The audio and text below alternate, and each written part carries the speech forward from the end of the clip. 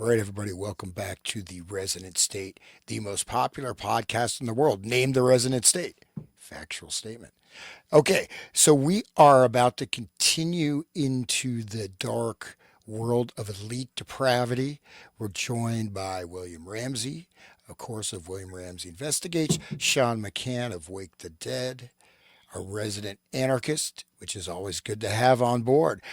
And so tonight we're going to be entering, you know, you look at the documents, you look at the Epstein files, it's, you can read things, it's hard to really understand the reality of it. So there's a particular film which, and I'll give a little warning here, a little heads up. This is, I would have to say, this is the most disturbing film I've ever seen, and probably, I can't think of any other movie that's more disturbing, but one of the most disturbing film Salo that exists.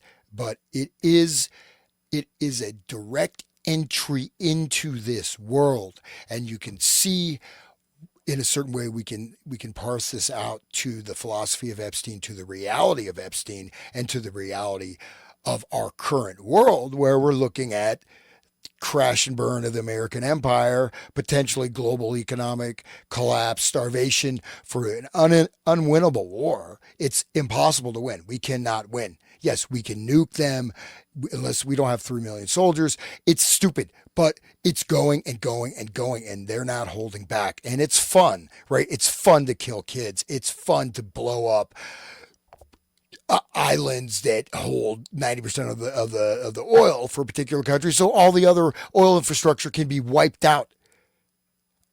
For, we're looking at, so we are, this particular class of people, we're going to get a better understanding through this film. We'll look back at the Marquis de Sade and connect the past, present, and hopefully not future. So, and I just say one thing: there are some people that are talking. I was talking to Sean today on the phone and talking about this as being a fait accompli, like this is going to happen. This is, but this is not. We're going to focus. This is not going to happen. So do not get sucked into mimetic warfare that draws you into the fact that it's already over. Right, this is starting to come up a lot. We're going to see more of it, but just a heads up to everybody: watch out. I think one reasoning behind this, besides potential blackmail of our current political situation, is COVID 2.0. Great reset. Let's do it again. Right. So let's hope that these clowns and get stopped. But guys, welcome to the show. Thank you so much and William's prepared a bunch of material. Thank you, William. Thank you, Sean. Thank you. Let's let William say hello.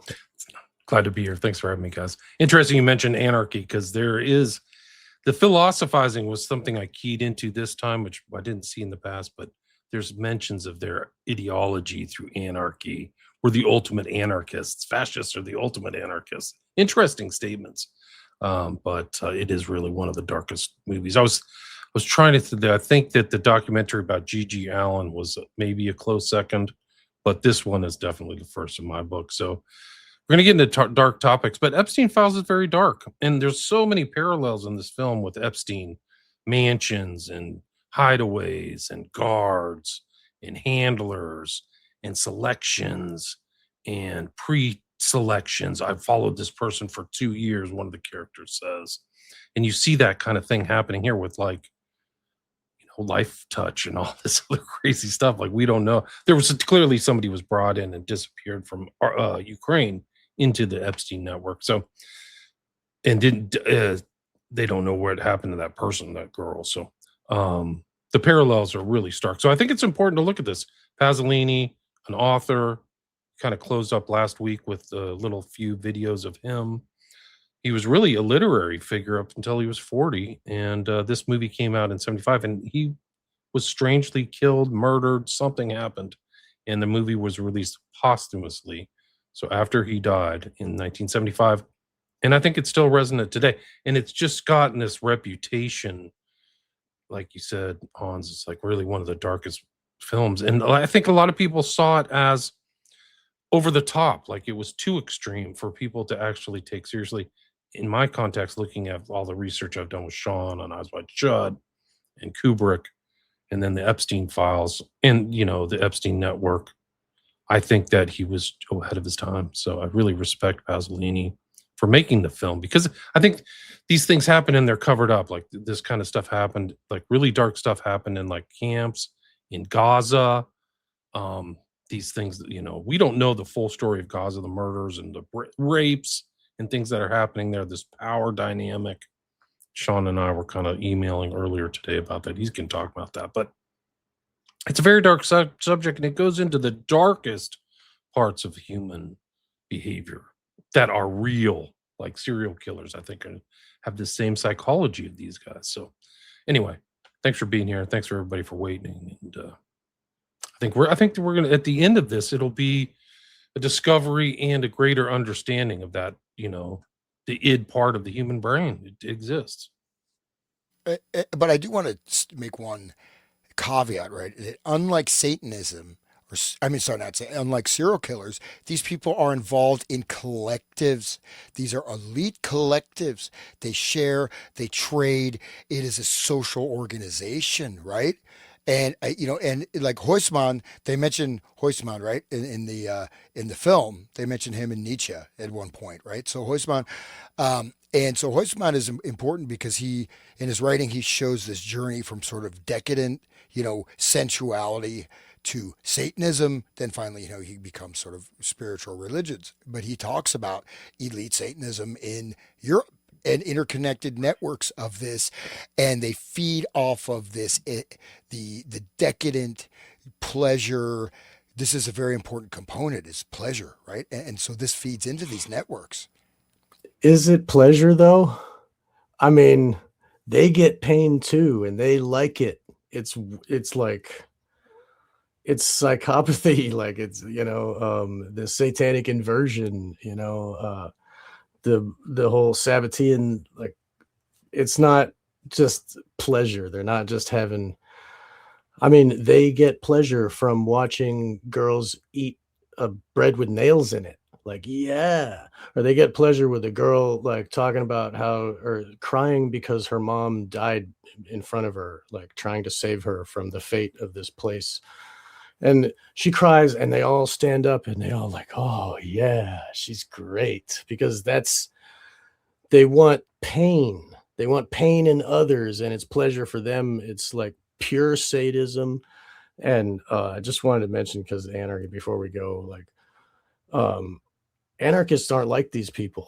You know what I mean? It's not really anarchy. Like a fascist dominates other people. So a fascist is a master. And how can a master be an anarchist? Because it believes in a master-slave relationship. I mean, like sadism is master-slave relationship between the victim and the perpetrator. So like that is the antithesis of anarchy. In all honesty, anarchy is all beings are free. There are no slaves. That's what it really means. So it's not no rules. I mean, obviously, if you hurt someone, they get mad, and you get repercussions from that kind of thing. So, like, anarchists can have order. They just don't have masters. And so that's a big part of it. So, like the fascists, they're crazy.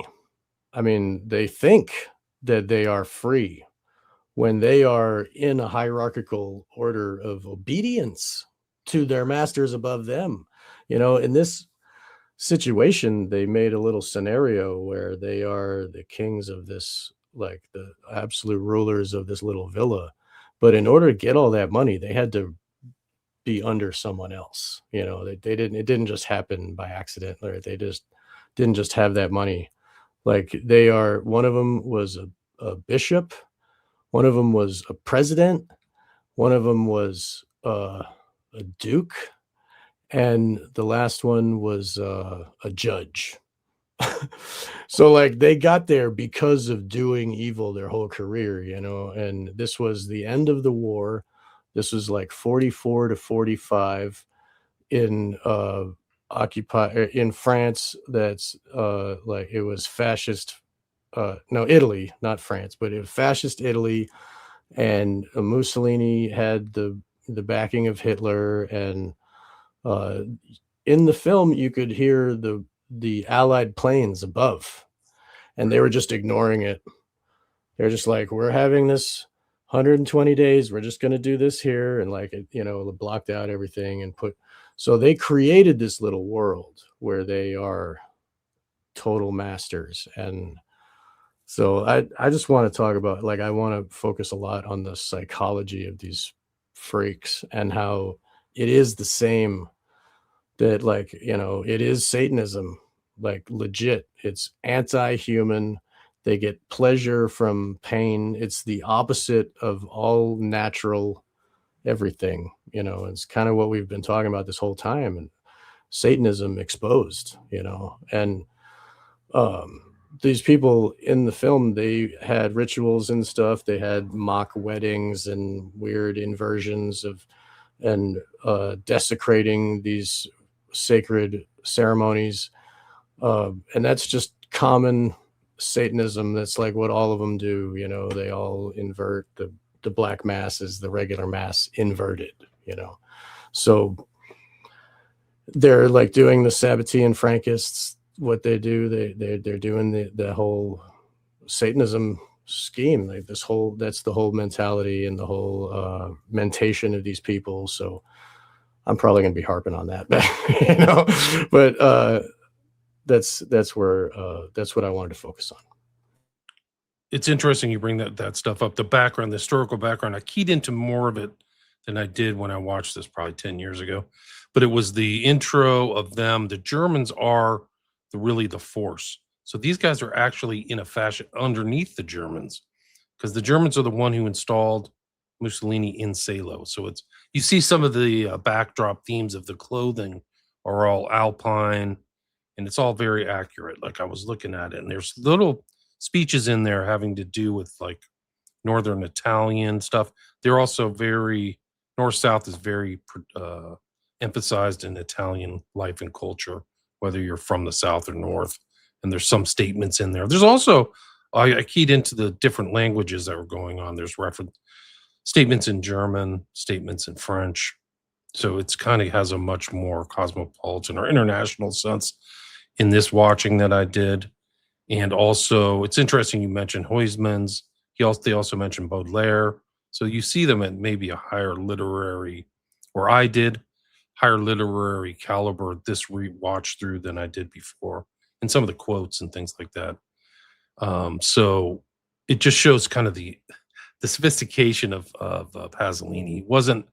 I don't think of him as kind of like a shock jock director, even though the stuff is hyper shocking. But I think that, like I said, and I was talking to you guys in the pre-show, I just had this picture because it came up on my social media. I follow this guy, Robin Minotti.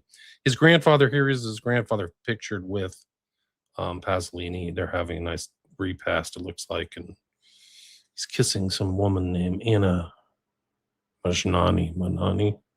But I thought it was interesting. So just an interesting piece of history. But yeah, and for people who don't know, this guy died before the movie came out. It's almost kind of like Eyes Wide Shut in a weird way. Like he dies before he was murdered. Yeah, murdered, right? Yeah. And they claim it was somebody who was molested by him or was raped or some shit. So like, and that's how. I mean, it seems like one of those Pizzagate cover-ups, like where they just sent somebody in to do so, like to act weird, where they actually had him murdered by somebody else, where that was a professional, and they like destroyed his genitals and his face, and they ran him over with his own car. That's like a personal thing, right? Yeah, like, almost like the film. Like, hey, right. And so for that, people that all heard about it, they're like, oh well, yeah, it must have been somebody that got molested by him, really angry, So that's. Was there any evidence? I mean, I knew the guy was gay, but was there any evidence that he was like that kind of person, like a pedophile? Like there's a pedophile, pedophilia. No, and everybody seemed really to love him. Everybody loved him. All the people that worked for him and all the movies and stuff. Everybody was like, they even loved being on the set of this film. Interesting. They would play soccer every day and like hang out, like football or whatever. And they would like have they would be jovial in between takes, you know, and the actors didn't actually know it was going to be so bad. Oh wow. It's weird. Like they, you know, I mean, like when they brought out the the poop, you know, it does look really bad, you know. And one of the women actually, when she pukes in the film, that was her really puking, even though it was chocolate. It was not feces, but still, like her mind made her puke because it looks so real. It's next level, man. It's next level. People who like filmography or cineasts will know Ennio Morricone, who was a consultant on this. And you hear at the very end, it's Carmina Burana. That's what they're playing at the end of this film, which is Wasn't that written for this? I don't think so. I think Carmina Burana was written by like a Nazi sympathizer during World War II, but I could be wrong. It seems like the right selection too. That was the one that was turned at the end by the. Yeah, he turns it at the end, and then it goes a dance. So the last little bit, it was like maybe spring is coming, or it's very kind of a dark reference actually, because it's like, oh, spring is here, winter's over. And Carmina Burana, just like some of the more famous clips of it, is about like fortune, oh fortuna, da, da, da, da, da, da, da, da, da, da, da. And people will know that right when they heard it. It's interesting too, is that in my version, I guess there's different edits, but in my version, they actually start off with a bibliography. Like you can't even believe it. So like some of the stuff about Desaad and stuff, like they put his Simone de Beauvoir and this, which is very uncinematic like these days. And they would never do this in the United States. But like, hey, this is what I'm referencing for this film. That's great, because then it proves that it's not just crazy out of his head. He's like, look, guys, I didn't come up with this. Right. I mean, that's go ahead. I know Hans has more about Desaad. Yeah, no, the one thing to understand is that, I mean, there's a whole deeply thought out philosophy behind this, right? And you know, and we'll maybe talk a bit about the music too. But one thing about the movie is the music; it shows this contrast of civility and this barbarism. And then, of course, the opening credits, they go on forever with that, you know, kind of very flowery, happy music, you know, as you made like that. And then you go into it. But I just, if you don't mind, I just want to read a few quotes from Desaad, just to get sort of a flavor. We can probably parse this out later. I'll just do some short quotes. But now from nature we obtain abundant information about ourselves and precious little about others. About the woman you clasp in your arms, can you say with certainty that she does not feign pleasure? About the woman that you mistreat, are you quite sure that from abuse she does not derive some obscure and lascivious satisfaction? Let us confine ourselves to simple evidence through thoughtfulness, gentleness, concern for the feelings of others. We saddle our own pleasure with restrictions and make this sacrifice to obtain a doubtful result. Rather, is it not normal for a man to prefer what he feels to what he does not feel? And have we ever felt a single impulse from nature bidding us to give others preference over ourselves? And then he goes on to talk about morals and basically says, well, relative values. Morals, a word about two morals. Are you unaware that murder was honored in China, rape in New Zealand, theft in Sparta? The man you watch being drawn and quartered in the marketplace, what has he done? He ventured to acquit himself in Paris of some Japanese virtue. That other whom we have left to rot in a dark dungeon, what was his crime? He read Confucius. No, Justine, the virtue and vice they shout about are words which, when you scan them for their meaning, never yield anything but local ideas. At best, if you consider them rightly, they tell you in which country you should have been born. Moral science is simply geography misconstructed. Okay, so that's an important thing. I'll just do a little bit more. You want to? I just real quick. I just want to remind everybody the tenets of Satanism, the true tenets of Satanism, start with self is king, most important. The second one is moral relativism. And that right there is explained. He's saying morals are relative, guys. And then you get social Darwinism, where people think that they're better than others. and then eugenics, where they think they're allowed to kill those that they believe are less than. So this is what we're going to see today in this. Okay. Anyway, please continue, Hans. Yeah, I'll just read a few more quotes. But he talks a lot about pleasure, slavery, mastery of others, right? And it's a whole justification of this. Um, I'll just read a few more quotes here. Um, I, I would simply draw your attention to one thing, that a pact of this kind presupposes the equality of the contracting parties. I renounce doing you harm, which means I was free to harm you up until then. I renounce harming you now. This means I have been free to harm you up until now. Imagine, however, you are delivered utterly into my power, the way a slave is into his master's, the way a man condemned to die is handed over to his executioner. How could it possibly occur to me to strike a bargain with you whereby you acquire illusory rights through my foregoing real rights? If you're unable to hurt me, why in the world should I fear you and deprive myself for your sake? But let us go still further.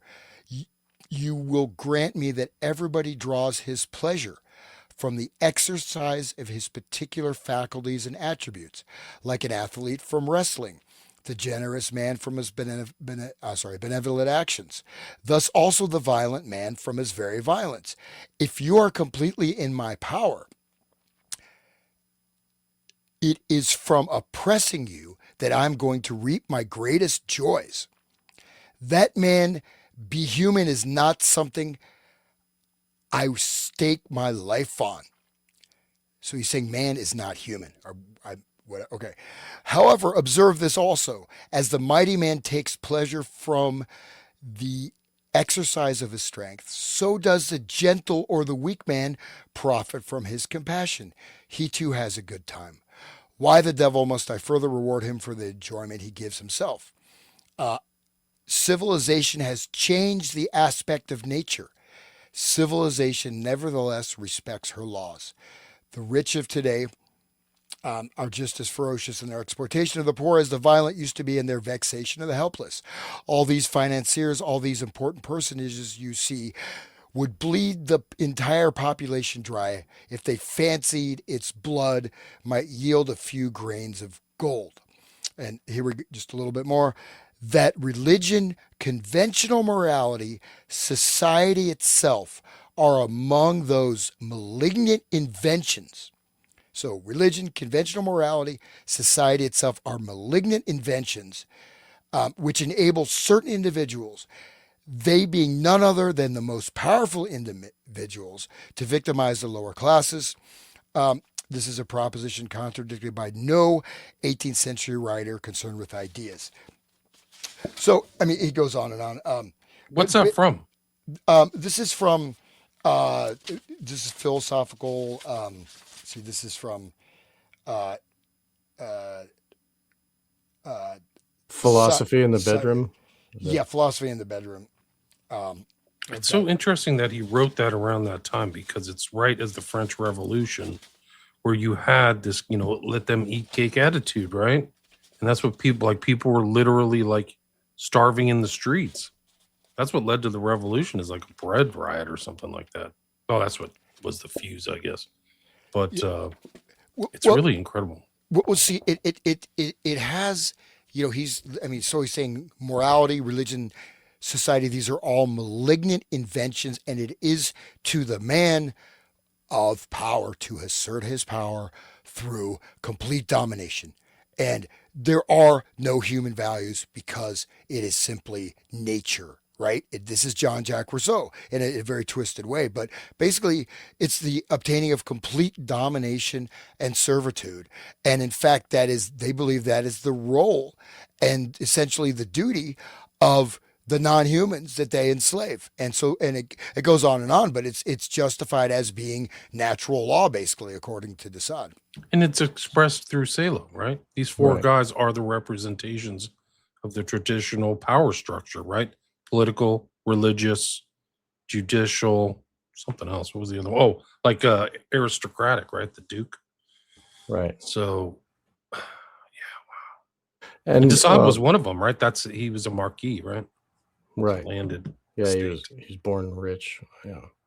And the way that these well, no, I lost it. I had a good one. but but so this the way that they think, the way that they are, okay, what I was saying before is that nature to them is there is no consequence for bad actions. They believe when they look at nature that the dominant rules and the weak one just gets eaten. It's the law of the jungle, not like natural law, you know. Even George H.W. Bush talks about the law of the jungle. But I mean, that's what they're talking about, and they don't believe in the afterlife and the consequences being enacted upon the soul. They think that the true nature is no consequences and no morality. You know what? I'm just going to read one last quote. This is from, again, Philosophy in the Bedroom. Um, Cruelty is simply the energy in a man civilization has not yet altogether corrupted. Therefore, it is a virtue, not a vice. Repeal your laws. Do away with your constraints, your chastisements, your habits, and cruelty will have dangerous effects no more, since it will never manifest itself save when it meets with resistance, and then the collision will always be between competing cruelties. It is it is in the civilized state. Cruelty is dangerous because the assaulted person nearly always lacks the force or means to repel injury. But in the state of uncivilization, if cruelty's target is strong, he will repulse cruelty. And if the person is attacked is weak, why, the case here is merely that of assault upon one of those persons who, within nature's law, prescribes to yield to the strong. So nature's law prescribes that the weak become the slaves of the masters and they can be debased as much as they want. And he's saying it's cruelty for the slave to resist being a slave. It's cruelty to the master. And this is a defect of civilization. So um, but it goes on, but basically this is how to make people into slaves, into just the total debasement of the personality. And Justine is about that, as is the story of O. Right, the story of O, written by the guy that also Batiel, who wrote the Accursed Chair, but under a pseudonym wrote the story of O, which is a similar thing. The story of O is about this woman who just becomes debased and debased and debased and just becomes a complete slave, a complete, sex slave, ultimately, so it's and this is seen as the law of nature in action. I wanted to bring up the beginning of that quote where Hans was talking about that society should be changed to accept the debasement. It's kind of like what Arthur C. Clarke was saying long ago. William and I did a show about Arthur C. Clarke, and we had quotes from him where he says the only harm that ever happens, that ever comes to the child who gets abused by him or people like him, is when the child learns it's bad later from the parents saying, "Oh, that was bad." And the kids don't know it's bad until they're told it's bad. And then the psychiatrists and the parents and all that. So he says it's wrong for the parents to do that, and they should just let it be fine, change society. Yeah.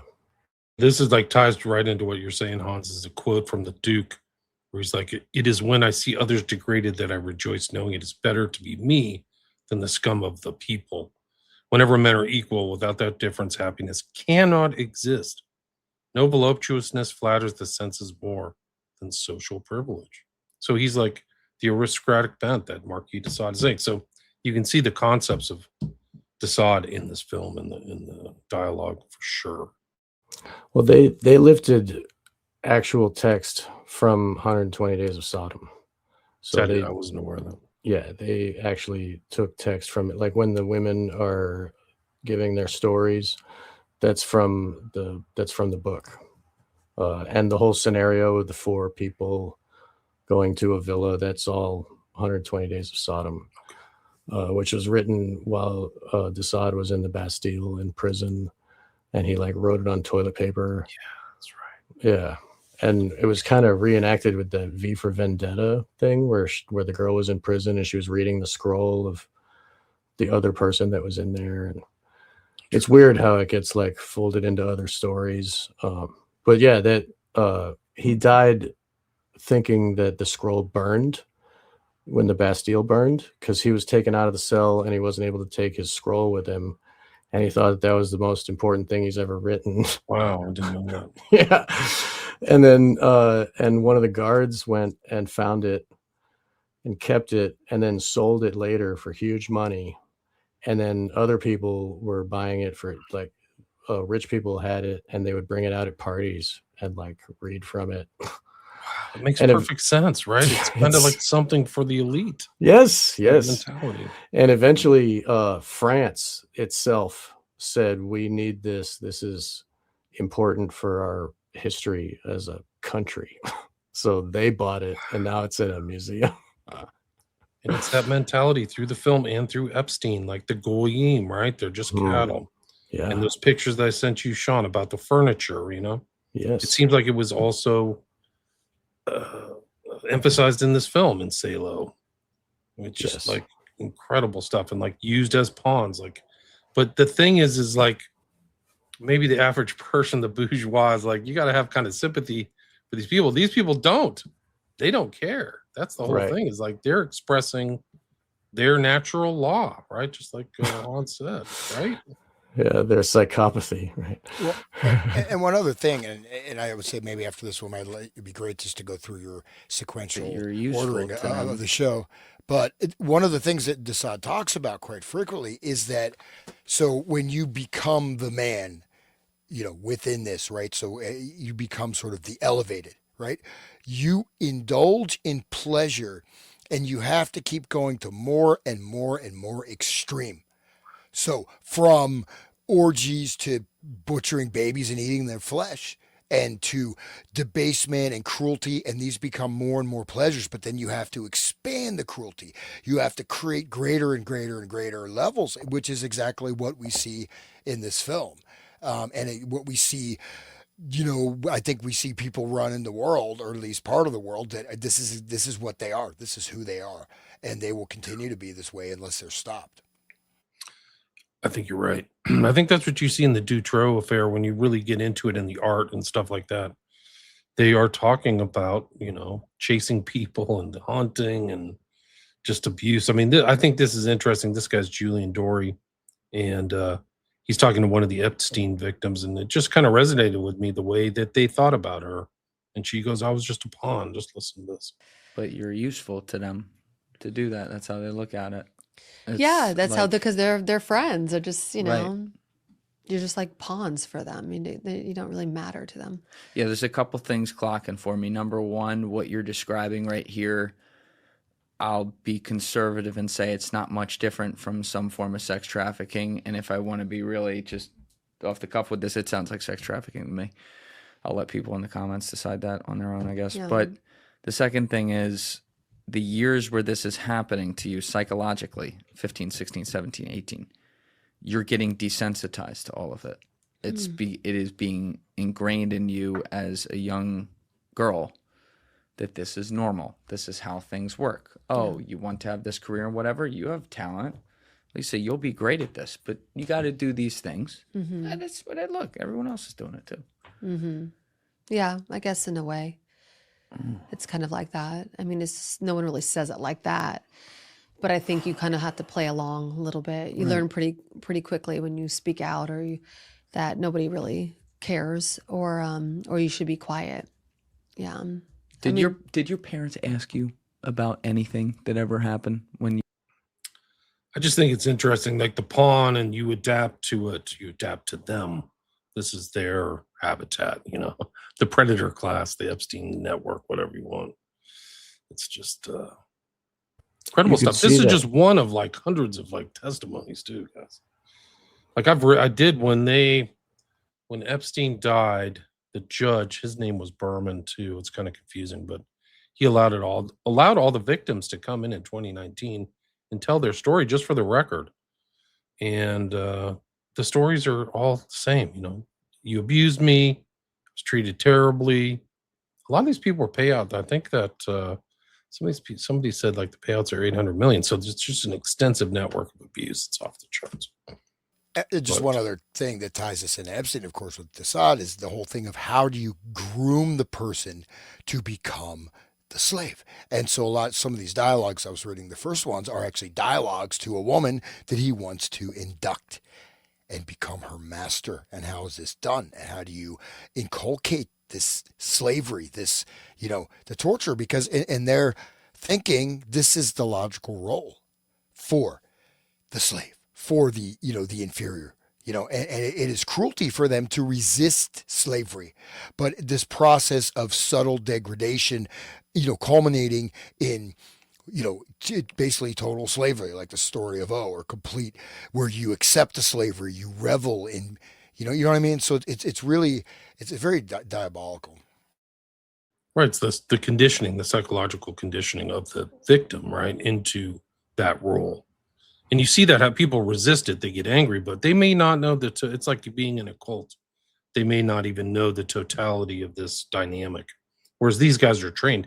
Epstein Ricari, who died young and mysteriously, I think at 50 for a cop, but he was like dumpster diving, and these are the receipts that he found. S&M 101, a realistic intro. This is after 2007, 2008. Slave craft roadmaps for erotic servitude, and a workbook for erotic slaves and their owners, like ownership. So Epstein knew this early. Like, who knows what he was doing before 2006 and 7? But I mean, we know he knows NLP and stuff like that. So he's like one of these guys in Salo to me. And I mean, the similarities between some of these women and Ghislaine are overt. They're obvious. They're like handlers and facilitators to the abuse. Like, I think that some of these women are clearly like that.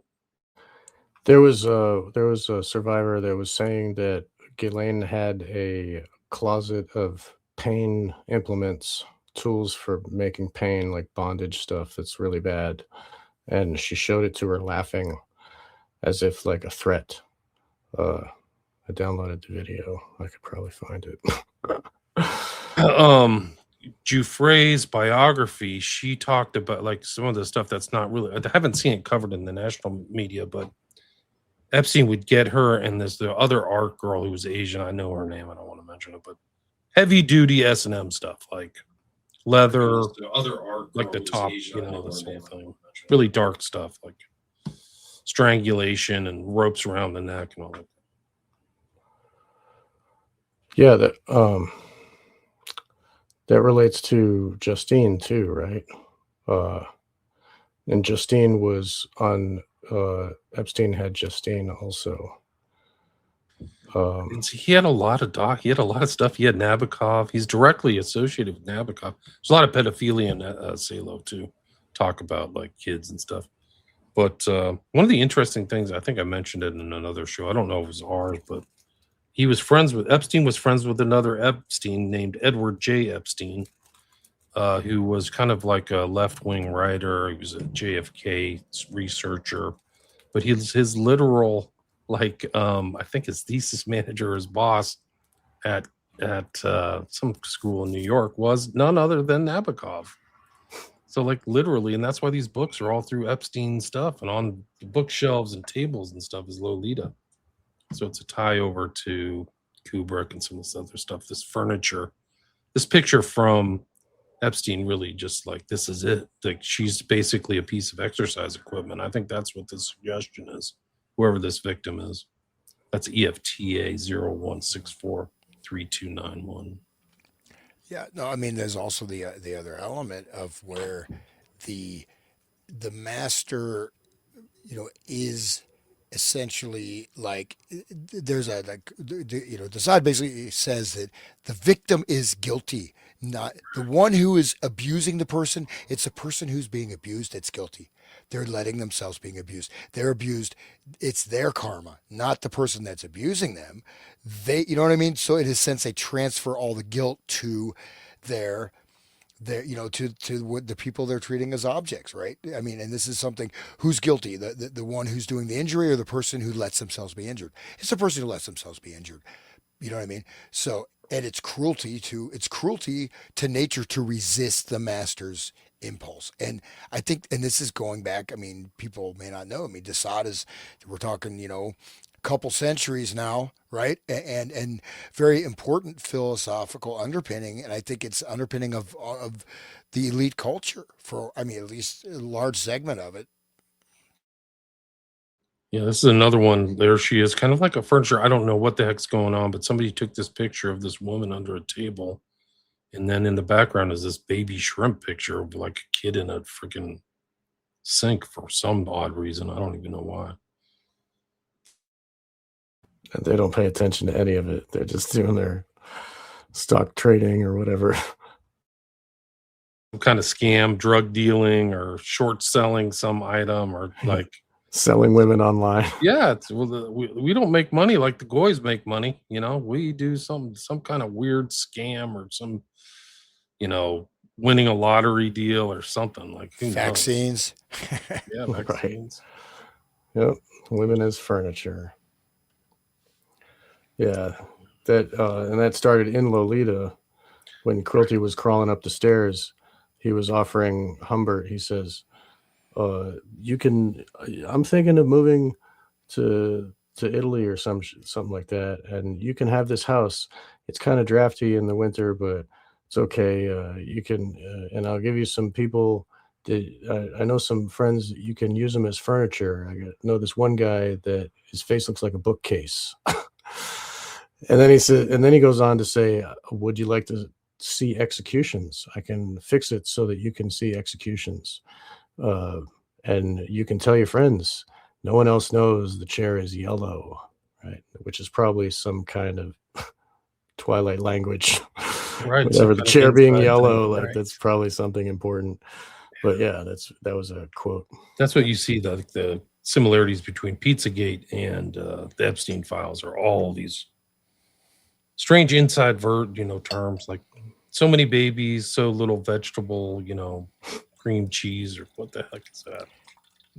Like There's weird also that stuff. book, Robert Chambers, The King in Yellow, which is quite a very interesting book. And this guy wrote a number of kind of occult novels, and he was very much, had this big estate up in, whatever, upstate New York. But yeah, so The King in Yellow, that's Robert W. Chambers. And his other books talk about all these elite networks, but they're very hard to find now. Now, if you guys are familiar with him. What about the Yellow King from the first season of True Detective? That's Robert W. Chambers reference. That's okay. That's what you're Yeah, talking so about. he was considered sort of one of the progenitors of weird fiction. I think King in Yellow was 1890 something. I believe. I may be wrong on that, but yeah. No, you're right. It's late 19th century, and it's not a very long book. It's kind of like, actually, it's strange. It's in that same kind of thing of Crowley's poetry and Baudelaire and all that stuff. Same, and Huysman, that you mentioned earlier. Anti-Inferno denotes the first segment of the film structure, symbolizing an introductory phase of degradation and power establishment.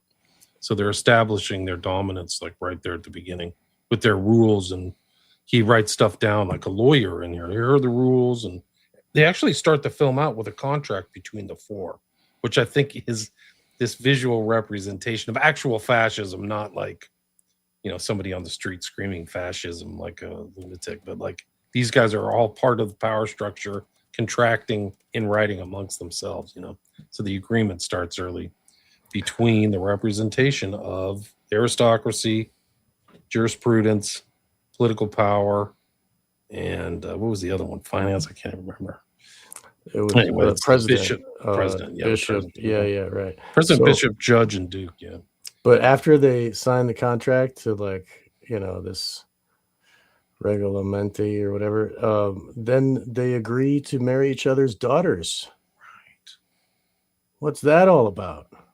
Okay, now that's like an affront to God. That's they're mixing their genes like the Habsburgs do with their it's almost like a blood pact where you can have my daughter, I'll have your daughter, and then they subject the daughters to this torture.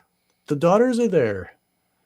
So So it's like Eyes Wide Shut. They're just bringing him into the system. The yeah, system of torture, degradation, power, all that stuff. Wow, yeah. but it's like it's like the same kind of sacrifice of your children. Like, I don't care. Go ahead, it's showing how powerful they are by not caring. It's like how their strength and their Satanism. It's really sick. It's really crazy. It's weird how these guys operate. And there's one of the interesting files that a lot of people have overlooked in the files. Like, they believe the whole cover story that Trump has provided. Like, I got rid of him in 2005 and I kicked him out of Mar-a-Lago.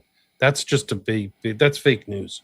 It's baloney. But one of the things that people have overlooked is there's one of the emails says, Epstein's writing, just hanging out with the Trump boys, good times, 2016.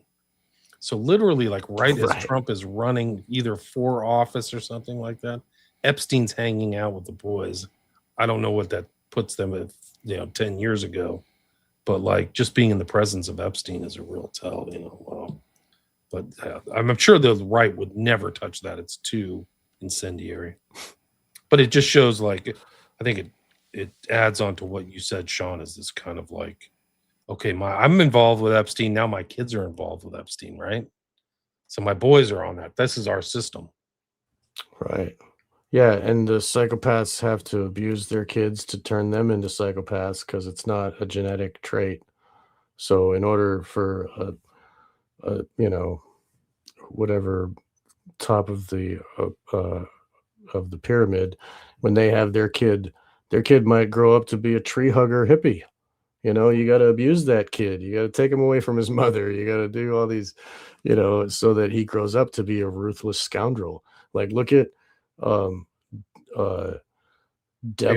Barron? Rockefeller's dad, Devil Bill or something he was called, and he tried to cheat his son at every chance he could, like do a trust fall and let him fall on the ground, and like made the kid not trust anyone. And he grew up to be John D. Rockefeller, that never took a drink because he was worried that someone would cheat him or something while he was drunk. Like, his psychology was so destroyed by his father's bad parenting, which was, and he was trying to make him ready for this bad world, trying to make him tough and shit. It's very weird the way that they do. It is interesting that the father was a snake oil salesman. Yeah, literally. And then the son grows up to like corner and monopolize oil. Well, also the medical system. Snake oil. It's kind of like we don't need oil that much. But oil is one thing, but look at the whole medical system, petroleum-based medicine, where he destroyed the entire existing medical system, while he himself used homeopathy. And then look at Rockefeller and their family created Kinsey, legit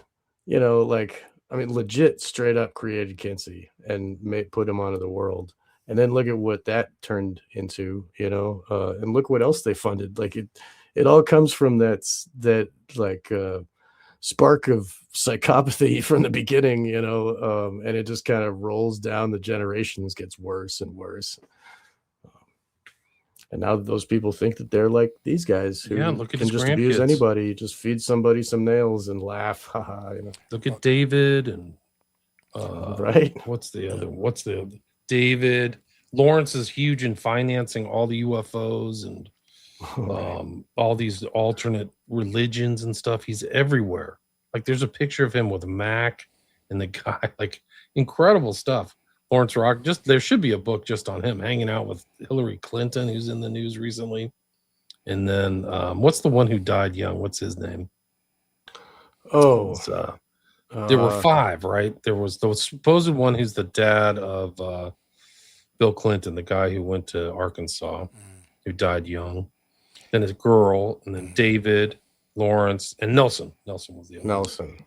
And Nelson was like Israel had blackmail on him, and so he totally worked for them today. Dave just happened to be in Manhattan on 9/11. Right in his biography, there I was at the top of the tower watching the events happen. Like that's the whole. Yeah. There should be a book on people who just got away, or like Larry Lutnick, or some of these other people who were like, "Yeah, I was supposed to be at work that day, but I guess I tripped and stubbed my toe and I had to go pick my kid up from school or whatever their excuses are." There's so many people who were supposed to be on planes and things who didn't get on, and their excuses just questionable.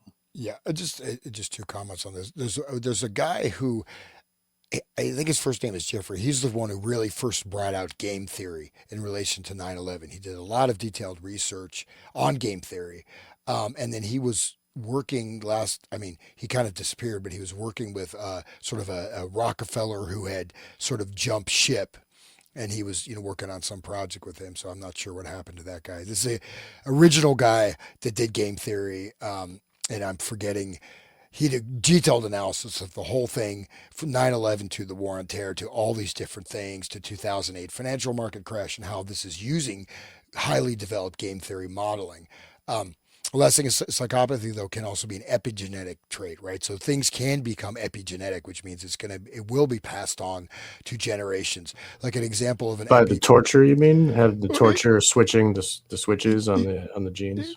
Yeah, well, example. I mean, there's a lot of like, for example, epigenetic phenomena is music, right? So people, if you have 3 or 4 generations of people that are talented in music, there's going to be a likelihood that the child will Right. have that talent. So these are called epigenetic. Psychopathy, though, I think is different. It's I believe things are genetically passed, but I don't think that psychopathy. I think that's an aberration. That's aberration. That's like not normal. Anyway, but that's where we disagree. It's just a disagreement. There may be a tendency. Maybe you said there could be an epigenetic tendency. But anyways, yep. Yeah. Yeah. People in the chat are some of them do get it. Like the monarch mind control is generational, and that's true because the as far as what Hans was saying with the epigenetic traits being passed on, the dissociation is what they're looking for, and that gets passed on. That's what the monarch is all about.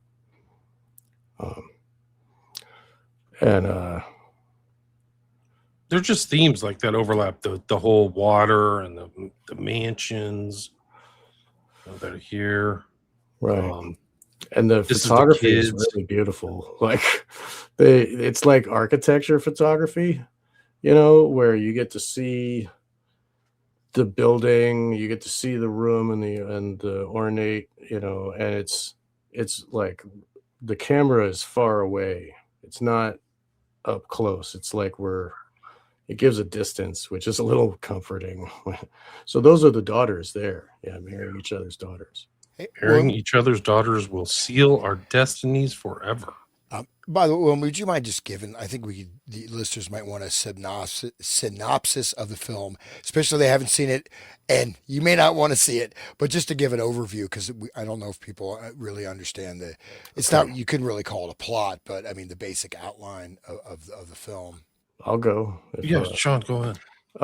So it's based on Marquis de Sade's 120 Days of Sodom, and it's also inspired by Dante's Levels of Hell.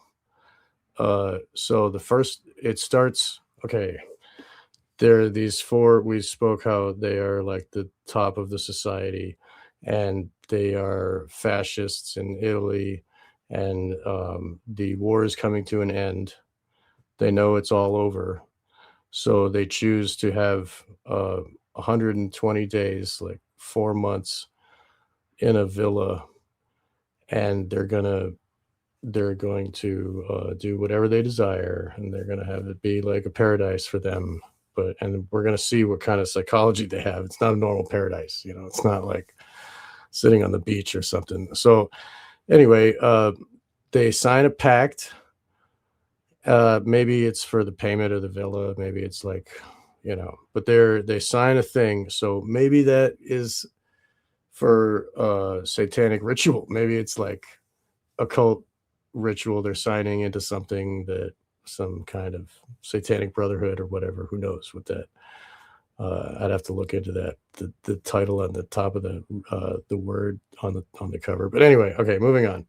So they invite their daughters, who are finely dressed, rich women, that are privileged. You know, they grew up as daughters of these rich guys, and they're like, okay, now they marry each other's daughters. They're like, the daughters are like, okay, you know, and then they go and they get military personnel to go and kidnap 8 boys and 8 girls, and they're like teenage age, whatever, and you know, they range from like 12 to like 16 or something, and they also have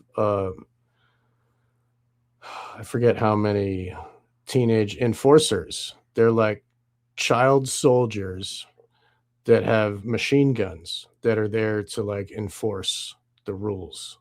And they were chosen for the size of their penis because they're part of the crap that happens later. And they also have 4 women who are old prostitutes that are used up trash, but they have like, you know, fancy clothes, and they think that they're high society. And these women, they tell stories of what they experienced being child prostitute. You know, the first one talks about how she was like 7 and she was made to service all these old men, and you know, and they tell the stories with all the people listening in this hall. And at any moment, these rich guys can grab any one of the slaves and bring them into another room and rape them. And that's so they listen to the erotic in quotes stories, and then they go and do what they fancy, you know. So this happens at the first segment is called the Circle of Hell or something. I forget exactly, but that one, we see the humiliation and the sexual rape, not just the violent rape. We see as one of the soldiers is raping one of the girls, the president there with a lazy eye starts exposing his a-hole to everybody. He's telling them, you must look at it. And then he goes and he sits next to the woman getting raped. And he's like, it's my turn. And then the dude just pulls out and goes into him. And then we close up on his face as he's enjoying it. It's very sick. So like that. So it's not like they are doing that to others. They also want to be abused. So next is the circle of shit, where they basically, this one woman is crying because her mother died trying to save her from this fate. And they mentioned how they killed their mother and how great it was. And then the girl starts crying, and they were like, oh yeah, we forgot. Yeah, your mother died. Yeah. Oh, this is perfect. And then they're watching her cry. And then the guy goes over, this one standing, and he takes a dump on the floor. And he says, eat it raw. And she's like crying and eats shit. And then it goes from there. They don't let them use toilets. They make them shit in chamber pots, and then they collect all of it. They feed them certain food to make them shit certain shit so that they can eat it. They have a banquet with very ornate, opulent banquet, and it's all feces in big piles, and the people have to eat it. And they're puking, and the men are eating it too. They enjoy it. They love it. They smell the air. It's just, it's sick. And so then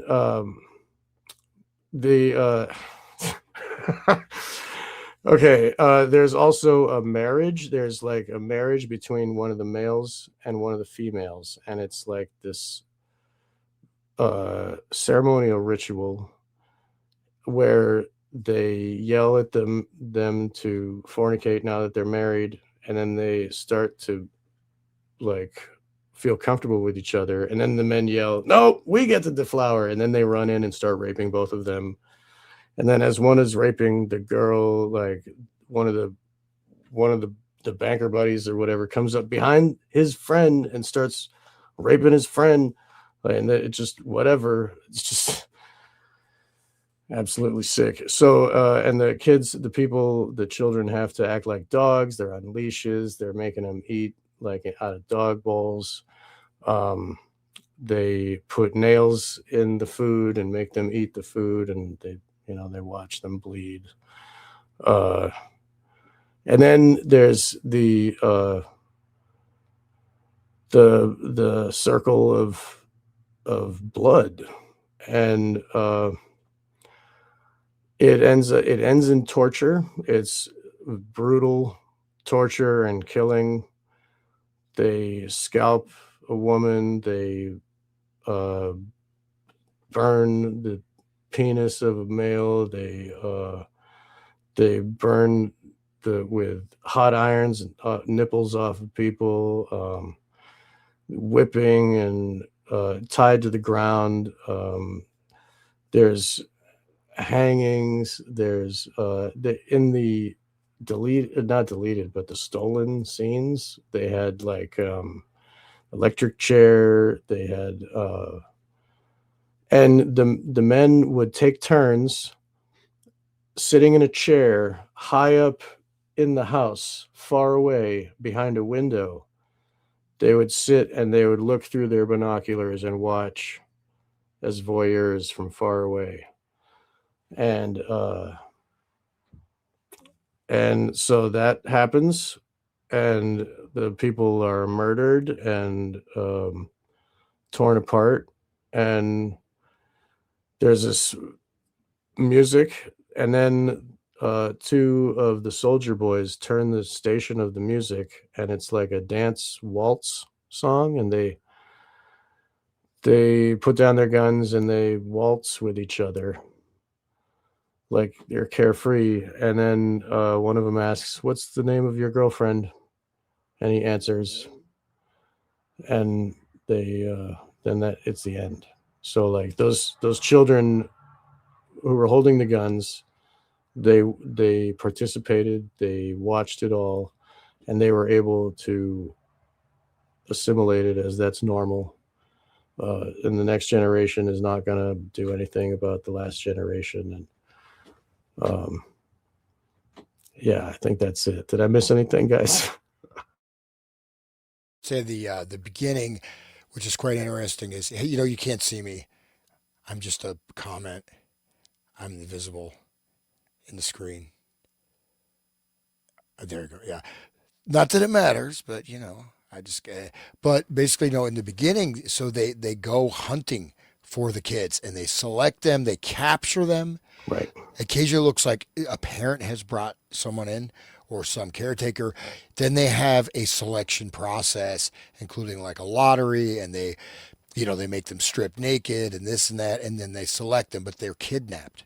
They're kidnapped and then brought into literally a market, right, where they get to go and choose their victims. It's 9 and 9, right? 9 boys and 9 girls. I thought it was 8, but yeah, that's I fine. think it was 9 and 9 because the girl got killed in the beginning because she prayed or something and they cut her throat. So Right. it said now it's 8. And then remember the this. kid ran out of the truck, and then they shot him dead. And then like, it was 9, now it's 8. Yeah, you're right. Yeah, figures is 9, the most satanic number. Yeah. And they also, they made them strip down, and they were choosing them. But when they brought the girl whose mother died, they talked about how her mother died, and they all 4 of them stood up like, "Oh my God, like what a treasure! You could look how she's already crying." Like, that was interesting. Yeah, they're like vampires. They're like the Epstein class. They're get off on it, like you've said before.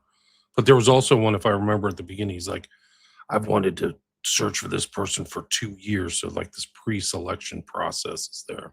And that's what happens in the Epstein. Like you see so many emails. I got one from Brazil. I got this person from here.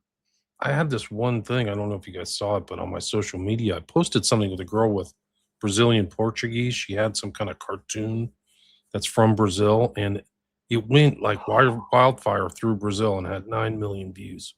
She disappeared, I guess. The one she's yelling, "They're eating people," right? Is that the? It's that same woman, but it was definitely at the ranch. It was at Hell Ranch or Zorro Ranch, because you could see, and it was in a series of pictures that involved Elaine and Epstein and this person who was redacted. Clearly, like a younger teen kid or something like that, but that's what they were doing. Like, send me pictures. Some of these pictures are taken out, but like there was this selection process, just like Salo, and certain types. They didn't like black people, but they had, they wanted certain types of people. And what about the selection of all the a-holes? Like they were judging the a-holes and made them bend over in the dark, and they were going around talking about, oh, we don't want to know if it's male or female. That might influence our decision of which one is the best. And wasn't there some statement of like one of the reports is that that's what Trump supposedly did to one of these girls, is he stuck his finger inside of her and said, you're young and whatever. Do you hear that one? She was, yes, Yeah. I heard of that. Yeah. But he's a powerful guy. He can just grab him by the pussy. So right, it's all consistent, right? It's even more consistent now. that face, that dude sitting down, he's got the creepiest face with that lazy eye. Yeah, dude. lazy eye. In puberty's ambush, maidens bloom, all unaware of impending doom. So they had like poet references and stuff. Bourgeois recoil not from slaughter, though victim be son and daughter. So this whole theme, these themes of elite predation. There's the house or the castle. They had this is the lottery system. Right. Yeah, the lottery. I waited 2 whole weeks to ambush, just that same theme you're talking about. This is that one thing I just mentioned. I think that's the one that gets married. He chooses that one to get, and that's the one that got married to him or whatever. I think that's the one, the guy with the mustache. Here's the ex-prostitutes. Right. Pretty virgin. Oh, sorry. That's Oop. too much nudity. Sorry. There's a lot of nudity in this movie, by the way. Yeah, but it's not porn. I don't know what people think. Like, people are like, oh, it's erotic theater. Oh, it's so porn. No, dude. No. If you can get excited watching this, there's something wrong. It's the opposite. It's like annihilation, something weird. Dude, it like hurts your soul to watch. As far as the world goes, you are already dead. So they're all selected. And they have the fascist guys, like in some of the things, like the 4 guys in the back are like Alpine warriors of Northern or Alpine military guys of Italy. Then the 2 guys are literal fascists, the 2 and 2 on the far right and left. And then there's the 10, 20 victims or whatever. 9 girls, 9 boys. And they're getting their instructions. The one already all the way on the left, that's the one that is having sex with the black maid, and they run in on him, and as they're going to shoot him, they're all pointing at him. He does the Nazi fascist salute. Italian fascist. Yeah. So he does that, and they all hesitate, and they're all like, oh, and then they shoot him. But I mean, it like hesitated. There was a little bit of like, oh, but then they eat themselves. That's what happened to Mussolini. So after like the whole Italy collapsed, they took Mussolini and his mistress and tied him up and beat him to death like a piñata. There's pictures of it. It's really brutal. Like it's Salo levels of brutal. And there's weird in the streets too. Yeah, really dark stuff. And there were also like partisans too who were anti-fascist. And there was a lot of like, it was almost like a low-level civil war after the war. Like they fought. People were like, there's retributions and paybacks and pretty heavy stuff. Yeah, it's interesting. So the laws, this is, I think, this is probably one of the crucial scenes in the movie. So they have this rule book and the laws. And so this is like international order. This is a rule of law, right? In a certain way, this is the law that Desaad is talking about, right? The actual law, right? Not the false law, right? So it's almost like you live under these laws, but what are the actual laws that we're living under? Or at least, in, you know what I mean? Like you look at all the things that are going on. I mean, in the laws they have, you know what I mean? You can kidnap kids, you can do this, you can do that, you can poison people with food and water, on and on. You can, destroy people's minds through media manipulation.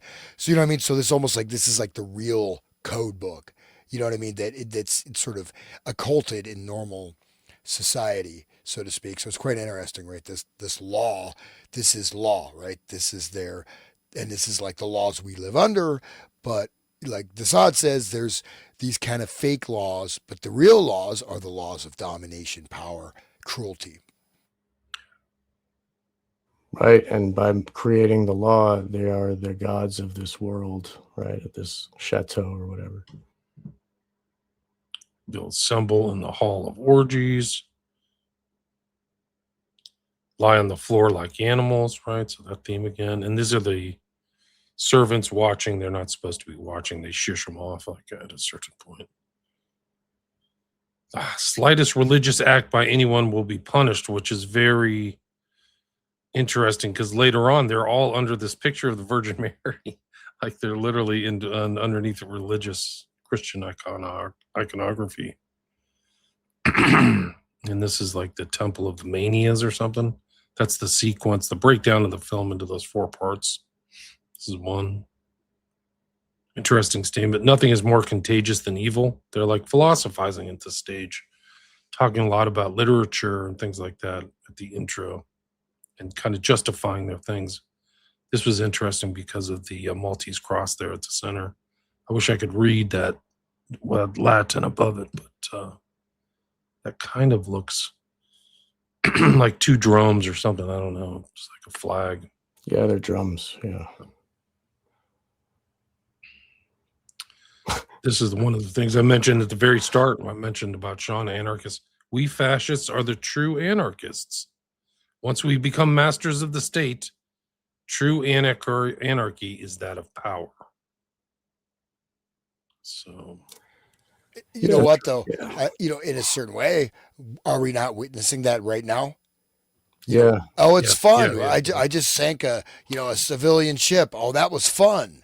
Right. This is fun. That's true chaos, maybe, not anarchy. Well, I mean, just that what it means is that they have not anarchy in your sense, Sean, but anarchy in the sense of they can do whatever they want. They have absolute freedom to do whatever they want, say whatever they want, take any actions they want, and this is how they live. I mean, this is what literally we're under this system more or less, right? I mean, we're witnessing that right now. I mean, this whole thing we're experiencing, which again, people should be aware. This potentially we could go. We could literally be living in friggin' Mad Max land in about 2 years if this, you know what I mean? And that's anarchy, meaning there's no rules. They do whatever they want. About it. Right. There's absolutely no question about it, guys. Yeah. Yeah, Master Blaster runs Bartertown. Yeah. After making me undress, he ordered me on all 4s like an animal. So it's this theme of furniture and degradation and humans like an animal. And she's like reckless. This is pedophilia stuff. Like it's not. Yeah, she was like 7 or something. Yeah, so it's like Epstein stuff. And that's, I've said it a million times, but like the Epstein files show that these guys weren't like Lolita type. There's 5-year-old kids, 9-year-old kids. These aren't typos. There's like really young children involved. Actually, babies disappearing. Yeah. Like they didn't even depict that in this. They weren't sick enough to go as far as Epstein. But Lolita is actually 12. Like that's what the book is. She's actually 12, and she's not. She has no breasts. So she's pre-pubescent. Yes, right. Here's like the depiction of the animals. I don't know why that slides there. I guess this is where we used to be, guys. We've got a long way. Good old days. Yeah, that's why we had the whole 1960s hippie rebellion to lead us. Right. That's why we had to kill Kennedy, right? Yeah. No, but I just want to get that point is that again not using again your sense of political anarchy, Sean. But in Right. the Yeah, sense I'm of not that, offended or anything. It's keep dude, talking. no, we're gonna have like a fight, dude. You're gonna drive down to Columbus. We'll be out in the Knock street. down, drag out. No, he's like, come on, man, let's do it. Drop it down. You know, No, 50 bucks man. on Sean. I 100 get on what you're Han. saying though. No. Like they are, it's like do what thou wilt for them. Like They have total freedom. There are no laws. There are no rules. It's only what they want. There's no limits to their power. There's no moral limit whatsoever. right. And we, this is what we are. This is what we're living under, literally, regrettably. And if you're like a total atheist, then that's the case because there is no God to judge your bad deeds, and that's what Satanism really is, and it's at its core, It's and- the predicate to so many misdeeds like communism. You have to kind of be an atheist. right. It's not a cult that involves a greater, being than yourself. It's us. We're the self, the self. Right. So it does have that overlap. People always have this flowery view of communism. It's not. Oh, dude. I mean, communism was, just as an aside, communism was what? This is basically a cult agenda. Rabbi Moses Hess is the one who formulated this. He was a deep Lurianic Kabbalist, Kilafate. So this was, the whole thing was set up.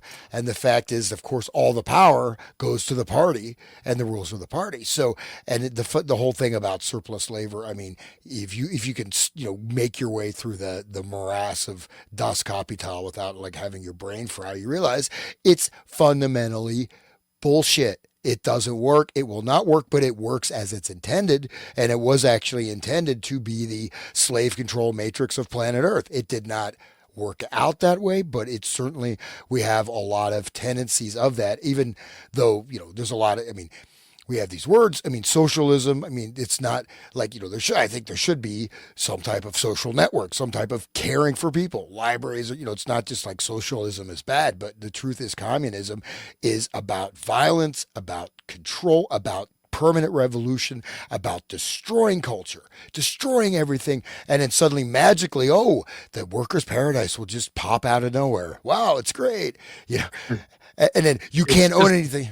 It's the best 2 + 2 fantasy is story 5. ever. Yeah, it's the best fantasy story ever, and it ties it right back into our talk last week at the end, cultural Marxism, and it was funded by all the major bankers in the United States, and in Germany actually funded communism too. They helped transport money during the Bolshevik Revolution to destabilize the Soviets. But you look at some of the correspondence, and then we were getting news, completely censored news. Right. And there was a few actual on the ground correspondents that were writing about all the bloodbaths and massacres and destruction. And these people got censored. Some of them, got basically destroyed. So it was a major thing. We're getting censored news nowadays. I have to struggle to find anything about the war, and then even that, it's like misinformation, AI stuff. Yeah, it's incredible environment. Whoa, we have no idea what's going on. I think there's thousands of dead American soldiers. Right. They're just telling six. It's worse than 1984. This is Pasolini with Gramsci. Gramsci's grave, I should say. 5 years in prison if you're in Israel and take a picture of what's going on. Right. But there's some video I've seen, and just parts are just flattened. Just absolutely bombed out. It's gonna get. We're looking the nuke, fly the nuke, man. Samson option. All right. I think. Who's gonna be ordering that? Because baby's got 6 fingers and he's nowhere to be found.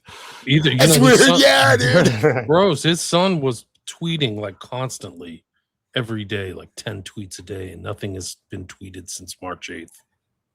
And one of the biggest tells is there's no person anywhere in the world, including Trump and in the United States, who says they're talking to Bibi or they're asking, in some kind of communication. Yeah. There's not one person. This So is they the know. end. They know. This is the end of the He's Israel. done. It's done. Yeah. Israel's going to control the whole planet, according to right. Well, I think certain sources. Yeah. I think that was the real dream of the real Zionists, the core Zionists, the really hardcore right wing people, is that Israel will be the center of the navel of the earth and they will rule from there. So for them to start a war with Iran and get the U.S. involved takes out 2 birds with 1 stone. They take out Iran and the U.S. So they can just sit back and laugh the whole time. So I think that that's like the whole thing of getting involved in that is so dumb, is because they don't give a crap about the U.S. We're going in just like or Edomites. They have this like 3,000-year-old view of like the spirit of Amalek or whatever, but they really believe in that stuff. I mean, you can see not Netanyahu talk like, so he'll talk in English to the goys, and then to his own people, it's like the spirit of Amalek and Purim, and these people in Haram. They represent. I mean, it's this very Christian view, like, and I think some of these people really believe it. Yeah. Well, but it also intersects with Freemasonry and Christian Zionism, which is insane. But I guess we're going off topic. So. Well, just gonna maybe say not. that. Actually, it's on topic. It's all kind this of is on happening- topic because Epstein files are it. It's these people. Like they excised Netanyahu out of it. You know, like there's clear references to certain things where he's there, but they took him out. It's when I see others degraded that I rejoice. These are our political leaders. That's sadism like right it. there. Knowing it is better to be me than the scum of the people. It's literal dialogue. Great Desaad. Whenever men are equal, without that difference, happiness cannot exist. As he's shoving the nails into the mashed potatoes or something. It's I don't like know. doughy bread or something. Doughy bread, like, okay. yeah. And then he makes one of the girls, he's like, they were all acting like dogs at the time. And he calls her over and she dutifully does what she's told. And she eats it and then screams and bleeds out of her mouth. Yeah, but I mean, it's like so they're this philosophy while they're, doing violence and stuff. Like, there's no sense of egalitarianism. As long as people are equal, happiness cannot. And that's really this. I mean, we literally live in a neo-feudal slave state. When you look at like the Epstein class or the Epstein network, all these rich guys parasiting off of these people, abusing them, raping them, casting them out, maybe even killing them, trading them, and then 60% of the country doesn't have more than $500 in the bank or something like that. They live check to check. That's me. But also, I mean, look at these. I have to keep working. Like I don't have time to relax. I can't. Right. To cover my costs, I have to keep working. Well, you should become a male erotic dancer. I tried that. I really was. I was on OnlyFans. Wear a cowboy hat. I really was trying to hit that demographic, of, the bare body, like the third husband demographic, like not the handsome lifeguard, but like the guy who's home and cooks and cleans. And it just wasn't there, man. I really tried. That's I a tried to niche monetize market. that. That's a niche market. Very small market right there. Ride that pony. Get on that pony and ride. That's what I found out. The thing is, it's all talk. Women really don't want that. They say they do, but they don't. That's what I found. Yeah. It's all lies. But And all the They'll talk- always go after the skinny lifeguard. And all the chats on OnlyFans is all like outsourced to like India and Yeah, I heard it's like a Dubai. bunch of It's like Filipino women. probably a bunch of dudes, man. yeah. Dude, there was a story back in the day, like 15 years ago, where like they found out like this guy who was like chatting people up on sex talk was like an ex-Marine, like black guy. Have you ever heard that story? Oh no! He, like got rebelled. So all these like dudes were like, they got this really attractive woman interested in me, and it's some like ex-Marine black guy. With They've done sting That happens all the operations time. where people have been stung. I won't mention any names, but where they think they're talking to some 12-year-old, 9-year-old, 15-year-old girl, and it's some fat dude sitting in a office working for the FBI. And the whole thing is just fake. But just to say, I mean, the Epstein quote unquote class, it's not okay. We have the economic system, but we have also the education system, this whole top to bottom. We have the injection system, the vaccine system. We have look at, for example, you don't think they know the effect that you putting screens in front of little kids does? You know what I mean? You can't develop language skills, right? I mean, there's a old anecdote in the U.S. where this woman like left her daughter at home with the TV on and she couldn't speak. She lost her ability for language, and then it took years to get her retrained to speak. These things are being done. These are being promoted, and all this stuff. I mean, it just goes on and on, but these people are sitting on top of it, right? And then how about the whole global control grid AI surveillance state? Because you, as a dutiful slave, must be watched at all times, and you are not allowed even to think anymore. No, Panopticon. you want to put it in your brain, right? So you can everything you do. Oh, you know what? You farted. Sorry, Bill Gates has just taken all your cryptocurrency. I mean, that's a patent. They put that out. No, it's going to work. Who knows? But this is their thinking, and this is in this film we see exactly what probably they actually do in reality. But this is their mentality, top to bottom. 100%.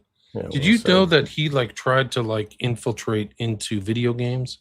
Did we cover that? I don't remember. But like he was literally trying to like pervert people and like debase them through video games, kids, where they would overly sexualize it. Like he was talking about that. Like we'll own them forever. Once we show them nudity, the 12-year-old boys, then we can just That's get all their money. happening. They have nudity in video games now. Yeah, I'm not surprised. It's like a porn thing. So there is kind of a ritual element to this. I wouldn't say this guy's literally the king in yellow, but he's got the kind of horns and mirrors and. So the canted square, like the what's the name of that? Enron had the canted E. It's like on its corner. That is satanic symbol. Trust. Yeah, and it's right there on his chakra, right in the middle there. I don't know if you want to say anything about that, Hans. But the square mirrors, it's like the squares are very not positive. And I don't know. Count them. It's a 77, right? 1, 2, 3, 4, 5, 6, 7. Oh yeah. Wow. I don't know. You don't know how much he knew, but there are kind of strange numbers. Like there's like little riffs at the beginning. I don't know if you caught that, but like he's like 8, half of 8 is 44, and 44 is 2, and they're breaking it down, kind of in a numerology thing of the intro.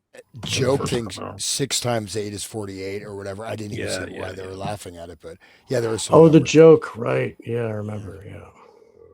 This is the fascist guy. Sorry. References to the Bible. Lord, why hast thou forsaken us? Screaming it out. That's right there is what like Desaad is talking about. Hey, F your God. There is no God. Obviously, there's no God. Look, they even said that to the girls. They were like, they're mad at them for, even trying to bring up the name of God. Like how you're foolish for thinking God is going to save you, stupid idiot. Like, this is our world now. You're our slave. And then she's like, this reminded me of the sequence from A Clockwork Orange, because this woman's like, she suddenly turns to German. And then like, we could recommend murdering as many. This is before the Circle of Blood. Recommend murdering as many as possible, like just total murder. I just thought this was interesting because this is the art you were talking about, the degenerate art. There's so much art in this. And then this kind of like mask here. We didn't say that on the air though. If you wanted the people to hear that. Go ahead. All right. The art in the chateau is degenerate art that was Hitler said it was bad and cleaned it out of the country of Germany. I'm not sure if Italy did the same, but that's what's hanging in this house is all of this filth. I guess, if you consider it that. I don't know if I said it in a way. I think you're right, proper. But it's kind of like was it Impressionism or Cubism or something? There was a bunch. There's all kinds. You can look it up. And then at the end, it's in E Primo Vere in Springtime. Karl Orff's famous cantata plays at the very end as they're like torturing people to death, and they're like laughing, like having a good time, and they do this like little kick dance, like choreographed. The can. Yeah, wasn't that what they had that in Weimar? They were doing that, right? And and it's like that. It's like an end of a civilization. That's like the end of Salo. And apparently, as the World War II ended, like there was a complete loss of all morality and law. So as the Germans knew that the Russians were coming, they were going to get butchered and everybody was going to get raped. And it was just like, it was like Sodom and Gomorrah, apparently, like in Berlin, even before the Russians got in there, because people were like, it's over. Like we can hear the artillery, and people just the things we assume we have to maintain civilization. Once the people knew, there's a very strange effect. Once they knew that civilization was going to end, it was like we can just take people up and string them up on ropes. We can kill people, and that's what happened. There were these weird fights among different people, and people got shot because there was nobody to enforce anything.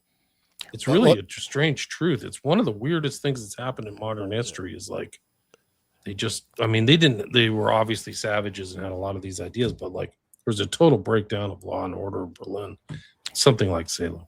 Yeah, I'll just say there's a book called Hellstorm documentary. Now it's now listed. The AI told me it's neo-Nazi propaganda, but it's not.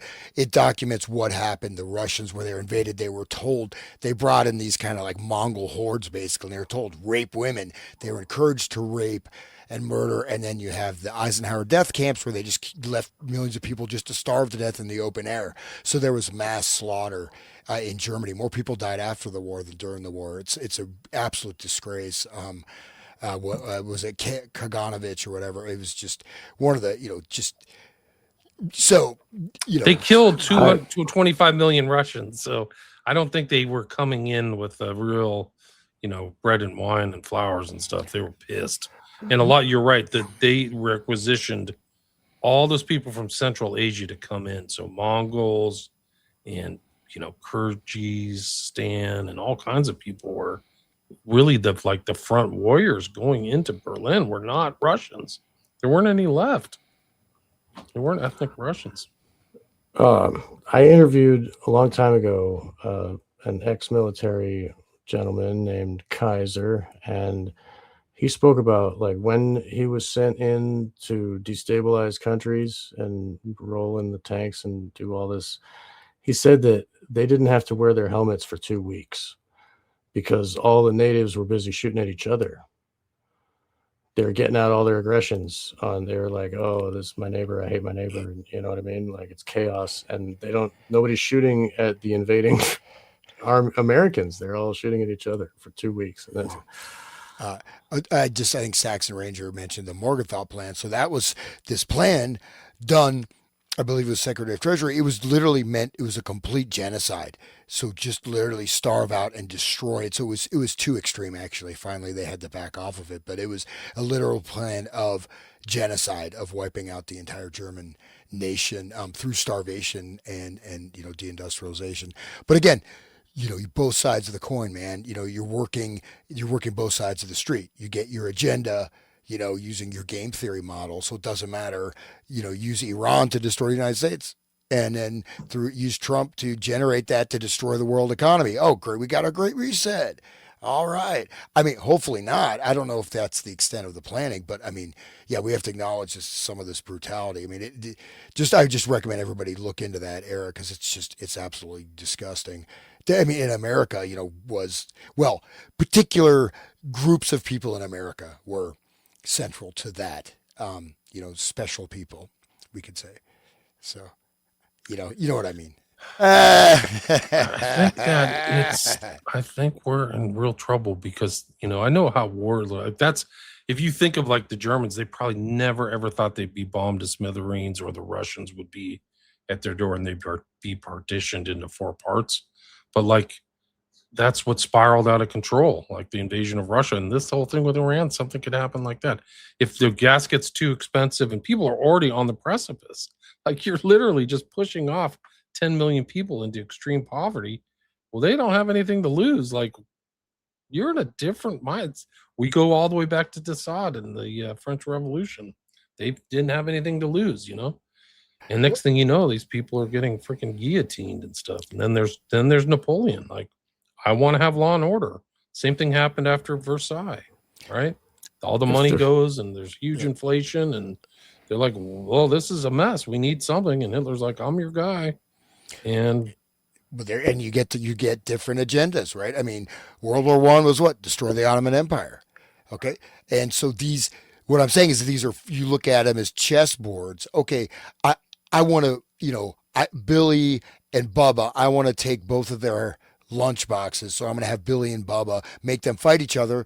Then they're both beaten up. I'll go take the lunchbox, and maybe Bubba survives, and I'll get Bubba to fight with my other enemy, and That's act what like, and that's so you create these environments. You create these situational things, and it's very on a meta level. You can see, and the problem is we have this black and white dichotomy, good and evil. Well, in fact, these are different things, and you're right. One that's very astute is the invasion. This attack on Iran is very similar to the invasion of Russia, and I mean, it's like, and it's a war. It cannot be won. Period. You cannot win it. It's impossible, and all you're doing is just destroying America. You're destroying entire power base. You're destroying the petrodollar. You're causing mass starvation. You're removing all of America's allies are gone. You just took all the friggin' weapons from South Korea and sent them to Israel. So South Korea's like, F off. You never cared about us. We're not going to help you. And you've just shown the paper tiger. Yeah, we can kill and destroy, but we don't have 3 million trained troops. We will just get cut. We'll be cut to ribbons in a ground invasion. But he's pushing ahead. I feel passionately about this kind of, because I'll swear, he's a fucking moron, and he should be locked. He should be in a fucking circus show. He shouldn't be running the country. I mean, he shouldn't. You know what I mean? He's like a clown. He's a retarded clown, a fat retarded clown. Sorry. So, but this is the same thing that England has been doing. Like, England's been sitting back trying to break America since the beginning. The first Civil War was kind of they were making it happen, the 1812, right now England is sitting back, and they're like the guy in the yellow jacket behind the tree, that meme, like wringing his hands, like they're just waiting for America to crack open. And Israel is one of their projects, working with the Rothschilds. And the King of England has that same Maltese cross on the top of his crown, the one that was on the wall there in the villa. So I think this is the plan. They use America to defeat the first two wars, and then use the third war to defeat America, and then they can have their new world order, right? It goes back to Albert Pike, right? That quote that's been around to Right. Giuseppe Mazzini or whatever. When actually, interesting, the Masons had, or the high level Masons had a very early version of the telegraph, so they could communicate overseas. People didn't know about it. It was like magic. Oh, we know, you know what I mean? But that was Albert Pike talking about some people say this is spurious, the letter, but talking about the Third World War will be, he mentions World War One. This is in 18, right after the Civil War, mentions World War One, World War Two, then World War Three. Muslims versus Christianity. And then you have, the troops being told, well, you're going to bring in Armageddon. And I mean, Yay. this is, I can't believe we're in the 2026. I mean, it's like we're back in the friggin' Stone Age. I mean, people in the Stone Age had more manners. Seriously, we're like at Carthage, or something. I mean, we're in a time of barbarism again, regrettably. We're definitely burning our children at the fucking Moloch, Yeah, this is great. I mean, I think Salo's, just to kind of come back full circle, Salo is important. I think Pasolini was before his time. I think he looked into the darker parts of the thing. And that I think the finish is actually really incredible, like prescient, because like these guys go through it all, and it's like, let's dance and blow it off. There's no like moral, like bookend, like, okay, let's fix this. These bad guys are bad. Let's go shoot. There's no happy ending, like Hollywood ending, like the bad guys get it at the end. It's that everybody's dancing and it's over.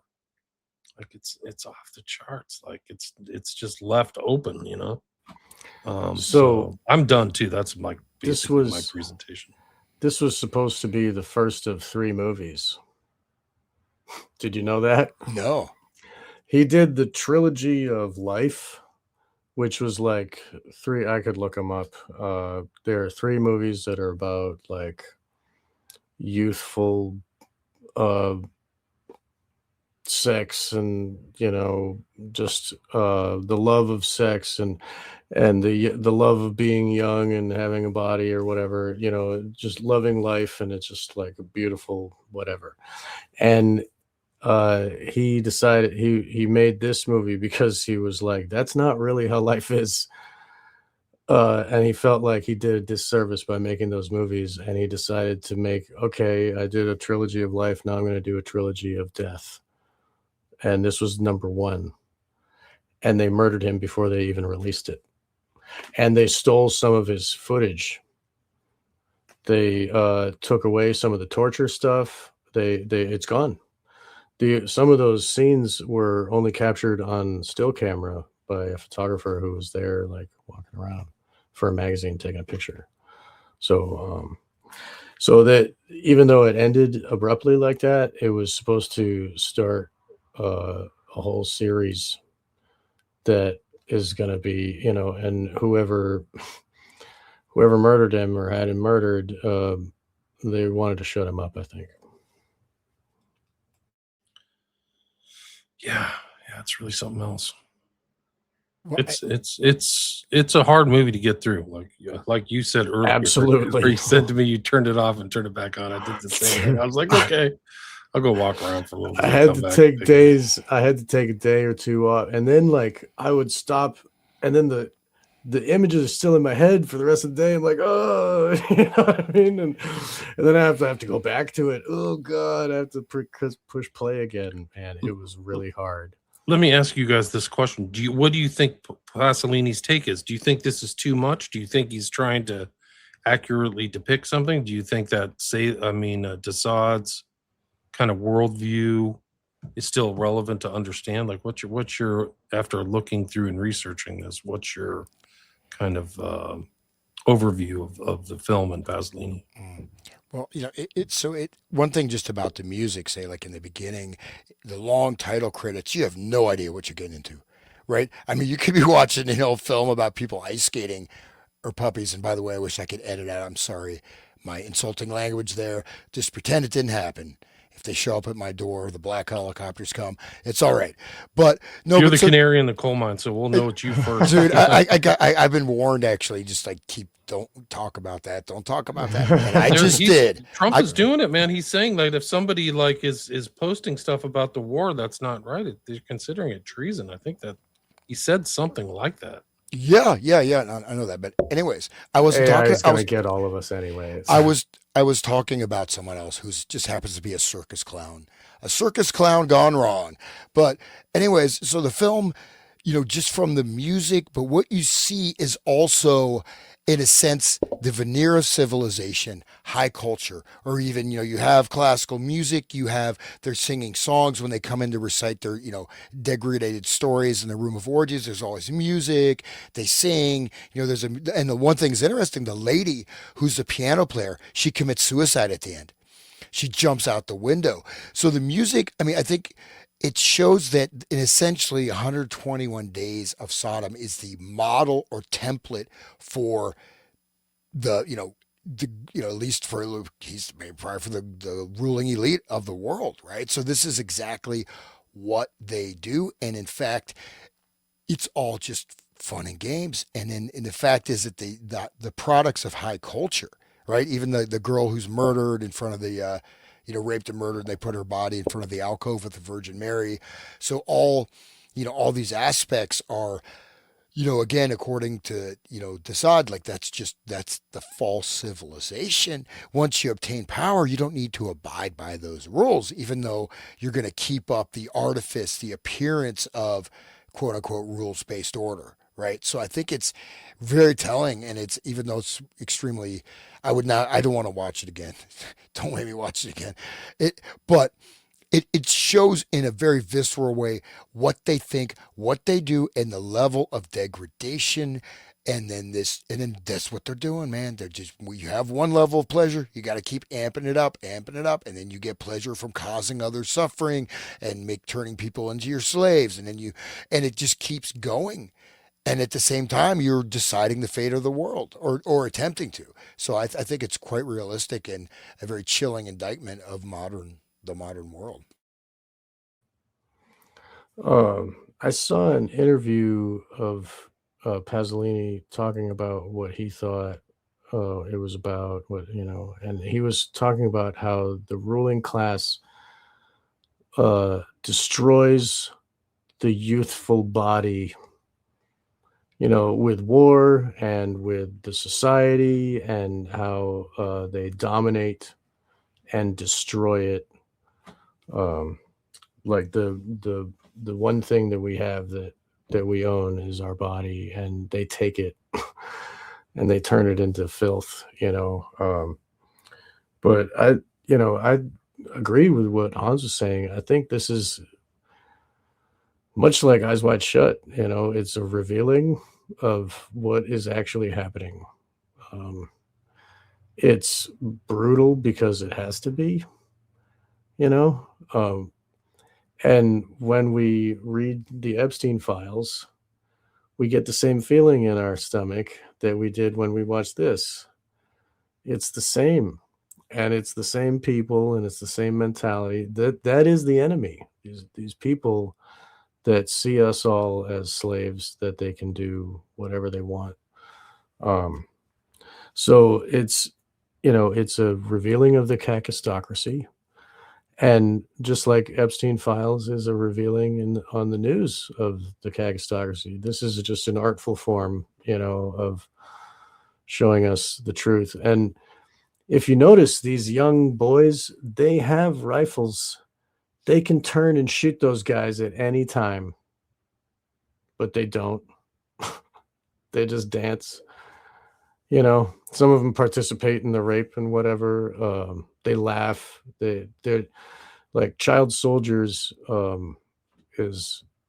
Is a thing. I think, like, getting to the kids before they're fully adults, to change them in their morality is important. I think that's part of the domination of the culture. They need to have the cops, to the enforcers out there that fully believe and agree with it and will, do what they're told. Yeah, they dominate them too, and I wanted to make sure to mention that it is the satanic inversion, and that's why it's so disgusting, because our natural senses are tuned properly. And these people are so opposite. They're totally the opposite. And they'd fit right in with the Jacob Frank people and the Sabotage Zebi people. And they got to positions of power to destroy society. And this is how they think of people, their mentation. And I also wanted to relate the satanic ritual abuse is very similar to everything that we see with the humiliation and the eating of shit and the marriage of children that are unwilling. And then they make them cross-dress into different they made the groom wear the bride's dress and then made him eat shit. And it is even if they didn't believe in Satan, these things are satanic. Like, they're literally anti-human, anti all order of nature, like the real order. Shit is excrement. It is not food. Like, it's the everything they do is opposite, and that's what makes them happy. So, like, if people want to understand Epstein class, this is also the generational Satanists do this type of thing, and they have this type of wealth, and they surround themselves in these ornate places, and they own children and their bodies and do what they will. If you don't want to hear those stories either, it's just as bad as watching this movie. It is horrific. If you love humans, then it hurts your heart to listen and watch. But it's important to take a bite of the black pill sandwich. Like, we need to see what's really happening to actually know. We need to actually read the Epstein files. We need to know that they're stealing babies that are, we need to know that they're eating jerky. You know, we need to know what jerky is. Like, we need to actually fathom that, because people can't fathom when they read the Epstein. No, nobody's like that. Nobody does that. But then you watch this movie and like, wow, how could they do that? And you watch them smile as they're doing it. It's like, holy like, the dude's got poop on his lips and he's kissing this young boy who's dressed in a bride outfit, and he's like, the poor kid is like, I mean, just, oh my god, it's next level psychopathy. And that's really what bubbles to the top of this satanic ruling society that we have. So that's how I want to end it, I guess. Yeah, it's bad. We don't Think- have to I mean, end it. I got plenty of time, but I don't have anything else to cover. I mean, unless you guys want to, I don't know. I mean, this was kind of the topic for the night, but the what's really scary is, like, under the Biden regime, there were hundreds of thousands of kids being trafficked through and spread around the United States. So, like, this Yeah. kind of stuff may be under reporting, you know, like Salo looks at it as a small event with only 20 people.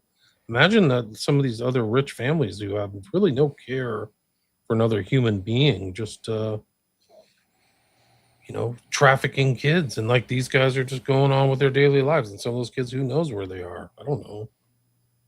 You know, Yeah. so, I don't know. Apparently there's places, I've heard about places where if sadists want to give up having a life anymore and live underground, they can pay money to go live underground and kill people all the time. And they'll just bring new people, but you have to give up being above ground because you'll get caught and you'll, like, it's Here in LA, they're not enforcing like prostitution laws, and there are literal kids like on the streets, like 13, 14, 15-year-olds in certain parts of central LA. Like, it's devolved, and like, in a way you just couldn't even believe it. Like, I don't know how people are tolerant of this crap, but it's unbelievable. if you hear the interviews of pimps that work on Figueroa, if any of those girls aren't owned by a pimp, they get put in a dog cage and they get fed dog food There you go. and whipped Salo. and beaten. Right. Makes perfect sense. Right, because that's how you break them down. It's like a system. Like, all our brains are built the same way, and we have to be humiliated, and we have to, you know, just like the light stuff that we get in elementary school, like what Hans was talking about with the ILAC, that thing that, you know, and you pull apart pieces of this thing on your heart chakra, like, you know, like, it's like the little things that they do, but I mean, it's still like a humiliation, breaking down. You are filth, you don't deserve, you know, like, and this is just like the extreme end of that same sentiment, you know. Yeah, just the Biden thing. I mean, there were, hundreds of thousands of kids, and there are all these networks set up, NGOs. They had, they would go to these special centers and it'd be shipped off here and there. I mean, there was a whole industry of trafficking these kids, and lots and lots and lots. We have no idea how many. They And lost them too. They lost many of them. well, quote unquote, lost because they had these organizations. I mean, they were set up, they had Right. offices, and they would just rush them through.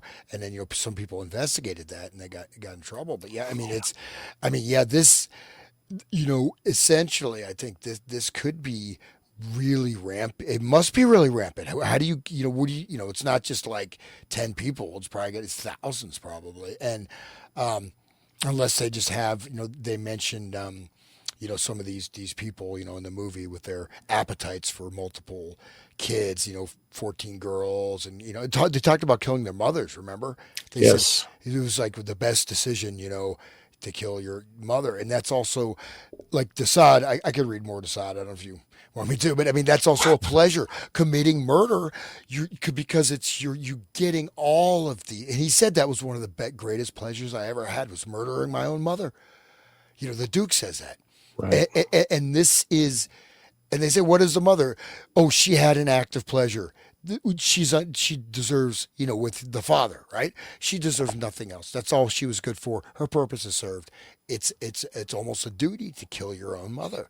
And this is I mean, but that's again the level of this, because once you pull the stops out, but the other side, what I mentioned is that there's no, see, once you enter sort of these gates of hell, you're never good. You always have to keep questing for more and more sensation, more and more, you know what I mean? You're not going to get the same high, right? You got to do more. You got to push. You have to, you have to control every single human being. You have to insert microchips in their brain.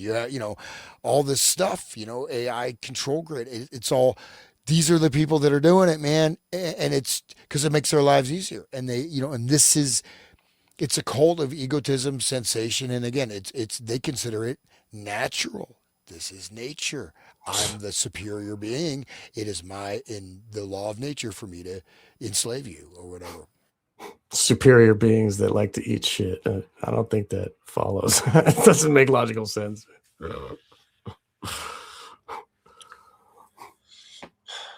Sorry. That's true. I mean, the thing is, these guys, the Epstein thing shows these guys are kinked out. They're doing all kinds of crazy stuff. They have, like, we did that one show where they have farm animals and stuff. Like, are they bestiality? Like, and on that site, there's like the specialized gate and an incinerator. Local cop who'd been on that beat for like 15, 20 years says, I think there's an incinerator at Zorro Ranch. Why? Why do you need an incinerator? And bodies are buried in clearly that Zorro Ranch, it was dug up and reformatted before the recent investigation started. Oh, because I heard that they were trying to investigate and dig up the ground. Yeah, but it was pre-dug up. I can tell because there was this huge circular, like, they moved the bodies already. Yeah, that thing was already pre-dug before, much like the island had happened to that temple. They took down the dome, or like things been tampered with already. We even saw that in Goodfellas, the Scorsese movie. Like, I got to move the body, and like they in the middle of the night they have to, because they sold the land, and like they had to go dig up some body, and they borrowed a knife from mom to like hack off the. We got a hoof there. We hit a deer, and we got a. So like it was. I mean, that's common knowledge. Like, of course, that sometimes they have to move evidence of. Right. I mean, once he gets indicted, he orders 6 55-gallon drums of freaking hydrochloric acid. Like, whoa. Right. Like, I mean, what a coincidence. I just need to clean my pool system now. I'm about to get indicted. It just made me remember I had to clean out the freaking pipes here. It's exactly what I'd be thinking of. It's a joke. I can't even joke. Yeah. You got to be afraid when he says he needs to clean his pipes. You run. Yeah. I think Quaaludes should come back. No, I don't even know what they do, but I'd probably be more, because I'm pretty irritated by the level of degradation that's happened to our country, man. Yeah. It's happened in one generation, dude. It's like, I mean, this is really, I mean, it's bad news, man. Potentially, hopefully not, man. I'm not a naysayer. Like, I hope, but anyways, do you want to just get one last little taste of Desaad? Sure, and then they'll wrap it up. We'll call it brains. Or maybe not. No, do it. It's okay, so this is from Justine. Must sensual pleasure render a man better than life's other pleasures? In one word, must our penchants be any more concentrated upon the temple of generation? Must it necessarily most certainly awaken our desires than some other part of the body, either the most contrary or at the furthest remove from it, that some emanation of the body, either the most fetid or the most disgusting? It should not, in my opinion, appear any more astonishingly so to see a man introduce singularity into his libertine pleasures than it should appear strange to see him employ the uncommon in any other of life's activities. Once again, it is in either case, his singularity is the result of his organs. Is it his fault if what affects you is not to him, or if he is only moved by what repels you? What living man would not instantly revise his tastes, his affections, his penchants, and bring them into harmony with the general scheme? What man, rather than continue a freak, would not prefer to be like everyone else, were it in his power to do so? It is the most barbarous and most stupid intolerance to wish to fly at such a man's throat. He is no more guilty towards society, regardless of what may be his extravagances, than is, as I have just said, the person who came in blind and lame into the world. And it would be quite as unjust to punish or deride the latter as to affect or berate the other. The man endowed with uncommon taste is sick, if you prefer. He is like a woman subject to hysterical vapors. Has the idea to punish such a person ever occurred to us? Let us be equally fair when dealing with a man whose caprices startle us, perfectly like unto the ill man or woman suffering from vapors. He is deserving of sympathy and not of blame. That is a moral apology for the persons we are discussing. Okay, and he goes on and on. But basically he's talking about blood, limits of fibers. Let's see. Oh, you pedants, hangman, turnkeys, lawmakers, you shave-pate rabble, what will you do when we have arrived there? What is to become of your laws, your ethics, your religion, your gallows, your gods, and your heavens and your hell, when it shall be proven that such a flow of liquids, this variety of fibers, this degree of pugnancy in the blood or in the animal spirits are sufficient to make a man the object of your givings and taking away? Okay, but it goes, he's talking about, basically, he's talking about different things of the body. He's talking about what cropophilia and this also, pugnant discharges of the body. He's talking about basically anything, including murder and torture, and saying this is justified. It's in the man's nature. There's nothing wrong with that. If a woman is hysterical, I'm hysterical.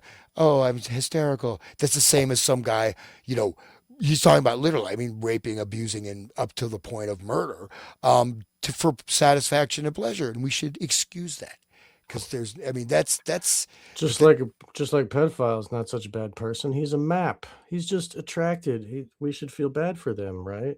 Kind of what the society's doing now, right? I'm sorry. I'm sorry. No, you're right. You had another You're sentence absolutely going. right. I'm sorry, Hans. Dude, I'm sorry. Dude, no, I was done. I'm done. Okay. I felt that. I've timed out. I can hear the black helicopters circling. Yeah, I know. I criticized the word. They're taking me away, man. I'm gonna fight. It's gonna be like Waco 2.0. Oh, dude. Apparently, the polling support for Trump is Get like your guns. 28%, and I'm like, who are those 28% of people? How is that possible? How is 28% even possible? I Gotta don't be even think bots. that's right. It's bots. Like, whoa, how are you not reading the news or what? Where do you get your information? It has to be from the mass media. There's Like, sorry. I don't know how you could have 28%. The guy didn't do anything he said he ran on. Like, he didn't do anything. He immediately started to cover up the Epstein files. They started redacting in March of 2025. They just slow rolled it as long as they could, and like the Congress is like, okay, well, you're slow rolling it, release it. It must be bad. It was freaking terrible. And then he went to war against Iran. Like, don't do it. Did they crazy. Did whatever happened to the Pfizer rollout of that paperwork and all that stuff? I don't know. There's a big everybody forgot about warp that. speed. Right? Hey, yeah, Captain Kirk. They were trying to slow Warp that, make speed. it like 75 years till we got all the papers, and then we No, weren't there's getting a all the huge papers court and- case right now in the Netherlands or something that they're going in it. They're actually saying it's a bioweapon. Like, they're using the term. They're not even using the V term anymore. Bioweapon blues, man. Yeah. No, it's 45. I did 45 episodes on that. Right. Oh yeah. Well, again, these are the people that brought you various types of technology, human genomic editing. Let's just play around with the human DNA. It's not good enough. Let's just add some stuff so we can. But Totally out of their freaking minds. Like, have you ever seen that interview with Plotkin where he just like he's a atheistic Jew and he's just like doesn't even care. You have to see this whole culture change that's happened in the culture and the rise of the malevolent shot schedule at the same time. Like, these are the type of people. They don't care if you get poisoned. They don't care if your family's miserable. They don't even have normal human empathy. no, It's they that bad. I think they feed off of it. They enjoy it. Right. It's like the Salo mentality. I think you're right. Yeah, but I just They know it. They just lie. They know they can't get caught.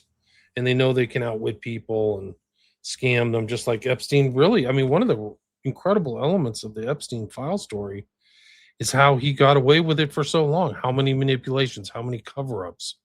Like Comey's covering it up. It seems like Trump fired the original arrestee, Joffrey Berman, like in 2020. Like he really wanted him gone.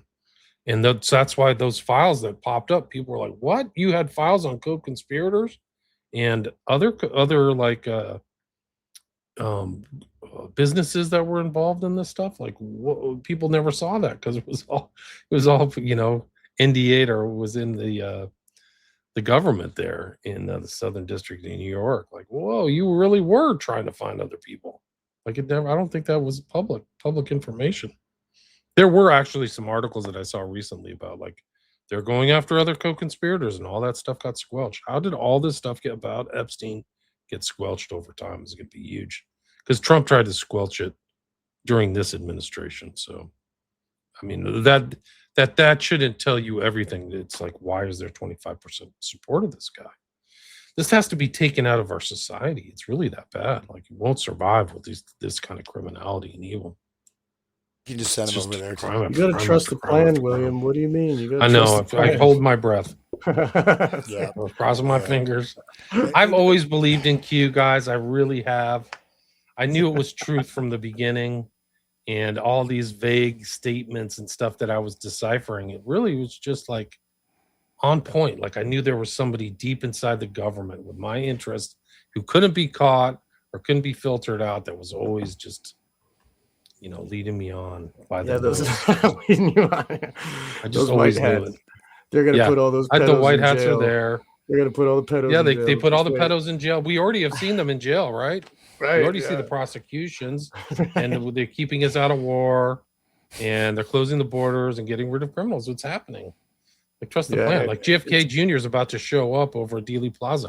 Like I've been camped out there for like the last 3 months. They're gonna put it on TV too. They're gonna put it on TV. For absolutely. It's gonna be a miracle. He was sitting behind Trump. JFK Jr. was behind Trump at one of those rallies. So I know that was kind of like my Q tell, where I knew Q was truth, like beyond gospel truth, was when I saw JFK Jr. behind Trump. Guys, he was doing the Macarena. Hey, we have 462 live viewers. Thanks everybody for listening and participating and commenting. And Salo, don't watch it unless you really like ramped up your psychological defenses, because it's pretty rough. But I do think that Pasolini was on point. I really don't think he was exaggerating. And I think some of these things really do happen. If you look at like Oak Island or whatever that place was in North Michigan where people went to, the Brotherhood of Death has its own island up there, by the way, which is the Skull and Bones. So these people get those islands so they can do crazy stuff like this, or bring in prostitutes or traffic people. And it goes all the way back to like Brussels, Dutroux. There's just so many things. The Bunga Bunga parties in Italy, which is not very far from like Salo, which involved the prime minister whose name I see his face. I can't remember his name now. Somebody in the chat probably knows, but those people died at those parties too. He was a member of Propaganda Due. Right. But and he was on I think TV this too. He was. I'm sorry, but he was on TV as well. He was like, just like Trump had a TV show before he was elected. Yeah, he's a Trump figure. Berlusconi, thank you. He was actually, what he was able to do. This is like, people are like, oh, you're so paranoid or you're a conspiracy. Berlusconi had connections within the Propaganda Due Lodge that I think is in Genoa. So it's a high level Masonic lodge. And through his connections, I can't remember which bank, but he was able to get loans underneath even the wholesale rate. So not the public rate or the wholesale rate, but through his P2 connections, he could get really low end loans and outbid anybody for properties or assets within Italy. And what he did is he bought all the media prop stuff, and they just propagandized his propaganda all the time. It's Berlusconi. So like they just gamed the system. And there's actually a really good book I read a while ago about how he did that. It's called The Fall of Rome. And the fall is him taking over, kind of like a new Mussolini. And he was kind of like a Mussolini figure, very degenerate, and girls died, and bunga bunga parties, 2 wives, children all over the place, friends with Bill Clinton. He's probably in the freaking Epstein files, but Berlusconi was really something else. Okay, just one last thing, just to throw it out there. Have you guys checked out the Ingersoll Lockwood's books, 1890 novel, Yeah. Baron Trump's Marvelous Underground Journey, and 1900 The Yeah. Last President? That's some weird. That's pretty. I don't know. I did a show on that with Okay, what's your opinion on that? I with don't Todd know. Wood. It's just strange It's synchronicity. It's from Did you Q. see the Epstein guy who wrote a thing about Trumperstan or whatever? Like one of the Epstein relatives wrote some strange book about some kind of like charismatic figure named Trumperstan or something. Did you know Epstein that guy. Trump released a book in 2001 called The Future We Deserve? And he talks about how bin Laden is going to do a terrorist attack. You know that? It was released before not the so- tower attacks, like the No. same year. Yeah, that's true. Like, and they called him on 9/11. That Fox News had that segment. I got it downloaded where they said, oh yeah, what would you do if you were president? He was like, I'd be flying F-16s. It was always the plan. This was always the plan, you guys. What was getting Trump into office Yeah, and then blowing up the world? to destroy America. Yeah, to take apart America. The tower to destroy all of the old world order, and he's doing it. Yeah, we're definitely in the New World Order, guys. No question The about devil's Trump, right? They talk about the devil's Trump bringing in the apocalypse, right? Right. Even I have the book, The Witch Cult of Western Europe. They talk also about the devil's Trump. So, I mean, of course, that refers to a trumpet, but anyways, the devil's Trump. Right. Yeah. Yeah, and a trumpet is what takes down the tower. The Yeah. blare, the trumpet blast of Gabriel or something takes down the tower, and that's what. I mean, they probably put him there because of his name. Yeah, probably. Who knows? There's a really good book about the occult kind of stuff about 9/11. It's called Prophet of Evil, Aleister Crowley, 9/11 and the New World Order. People can check it out. It's on that Amazon. I heard about that writer. He's pretty good. He's wrote a couple books. He's written a couple decent research books. yeah. They're a bit noited, maybe not for the retail reader, Yeah. but it does kind of tie in. If Bush is eating freaking cream cheese in these things, like that book is really about George Bush Sr. I couldn't title it about George Bush Sr. at the time, but if you get to the final chapter, it's kind of like the purloined letter where you put things at the back of a book, it'll be hidden forever. But it's really, if you get to the last 2 chapters of Prophet of Evil, it's all Bush. It's all Bush and his son. Poppy Bush with the Bush Poppy. babies and what he did to those babies. And the famous speech on September 11th, 1990, 11 years to the date of Right. 9/11. And the 1,000 points of light he talked about. That's the mother Rainbow of darkness Bridge. castle, right? We're Yeah. crossing the bridge, the Pontifex Rex. They go on the law of the jungle he talked about. in Yeah, that that's speech. right. Yeah. The rule of law, not the rule of the jungle. Yeah. Our 5th objective, a new world order. Yep.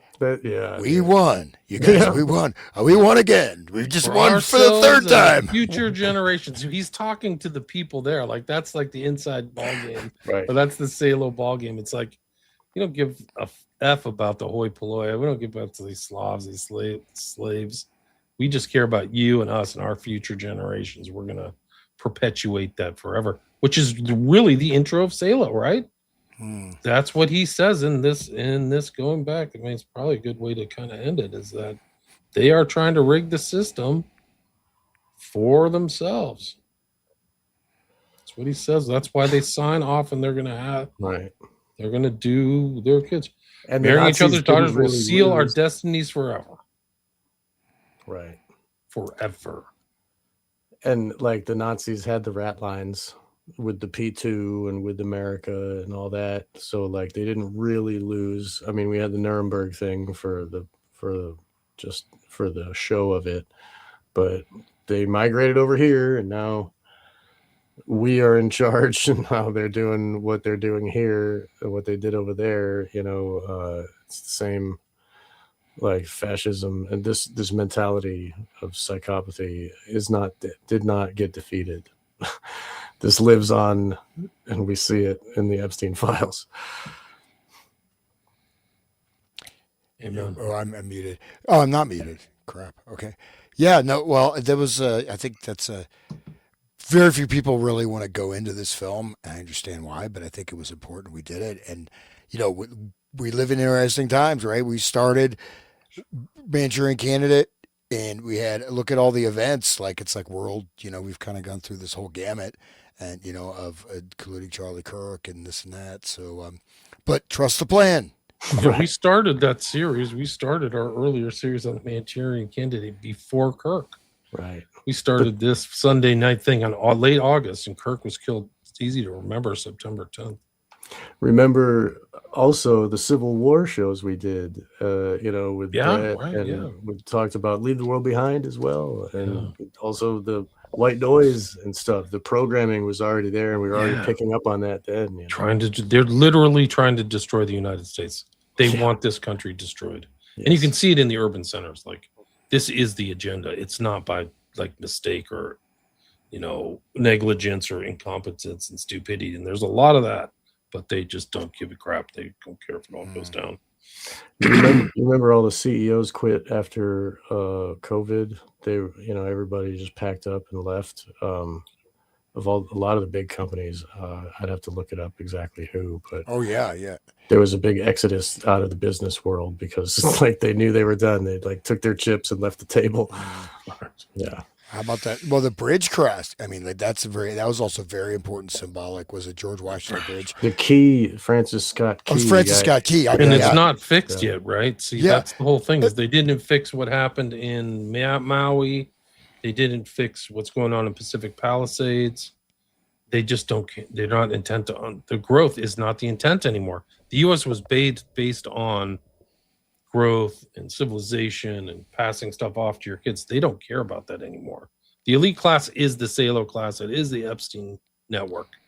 And I think that's maybe the chief takeaway of the Epstein files, the Epstein class, and Salo. So that's and suck it up and deal. And then the thing is, though, the one thing that's dangerous is that you do have, I hate to say it, but I mean, you've got,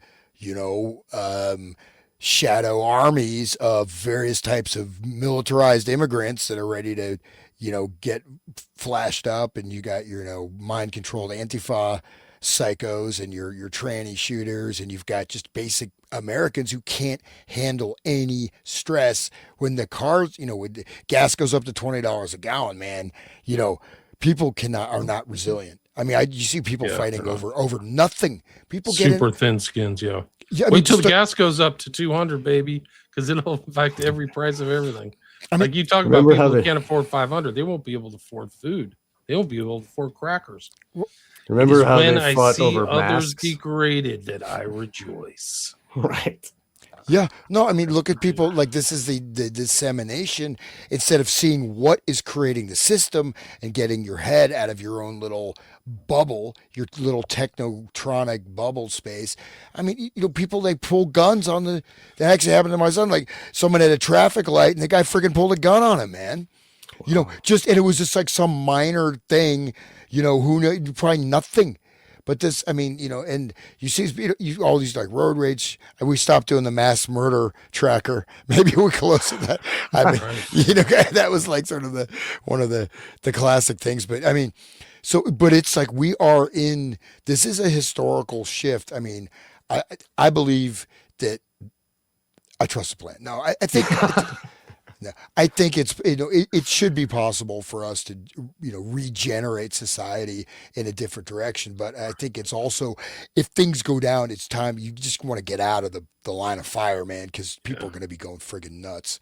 I would get out of the urban areas as fast as you can, if you can, because you don't have any access to like the earth. You don't have access to grow anything, food, and water, and stuff like that. A lot of those urban areas are part of that new world city collective where they give their allegiance to this, like Rosa Corey talked about it, how there are these like Chicago's one of them, and LA is one of them, where they are this like international cities collective bullshit, where they take orders from a international source, or it's not federal, it's like beyond federal. So that's, that was all planned out since the beginning of the green agenda and the tearing down of the old world. The green technocracy is the future, and slavery and feudalism. Okay, so Let's wrap it up. All right, just to share the good news. So total 83 shootings, 1.12 per day, 112 killed, 295 wounded. So not too much. This not a little bit more than one per day mass shooting across the country. So there we go. Anyways, all right, that's it. So. Till next time, guys. Well, we can get those numbers up if we just reduce the people part of the portion. What's that Bill Gates quote where he's like, "We got to get those numbers up." Yeah. All right. Anyway. Thank you, guys. Appreciate it, Sean. Thank William. you, Salo, Hans. Thank you, 120 William. days of Sodom.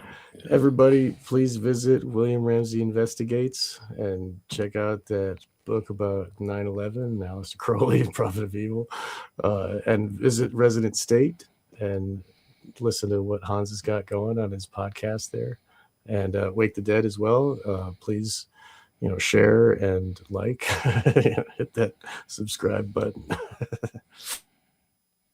All right, guys. Right, that was it. Good night, everybody. Thanks for Thank listening, you. everybody. That's a rough show. God.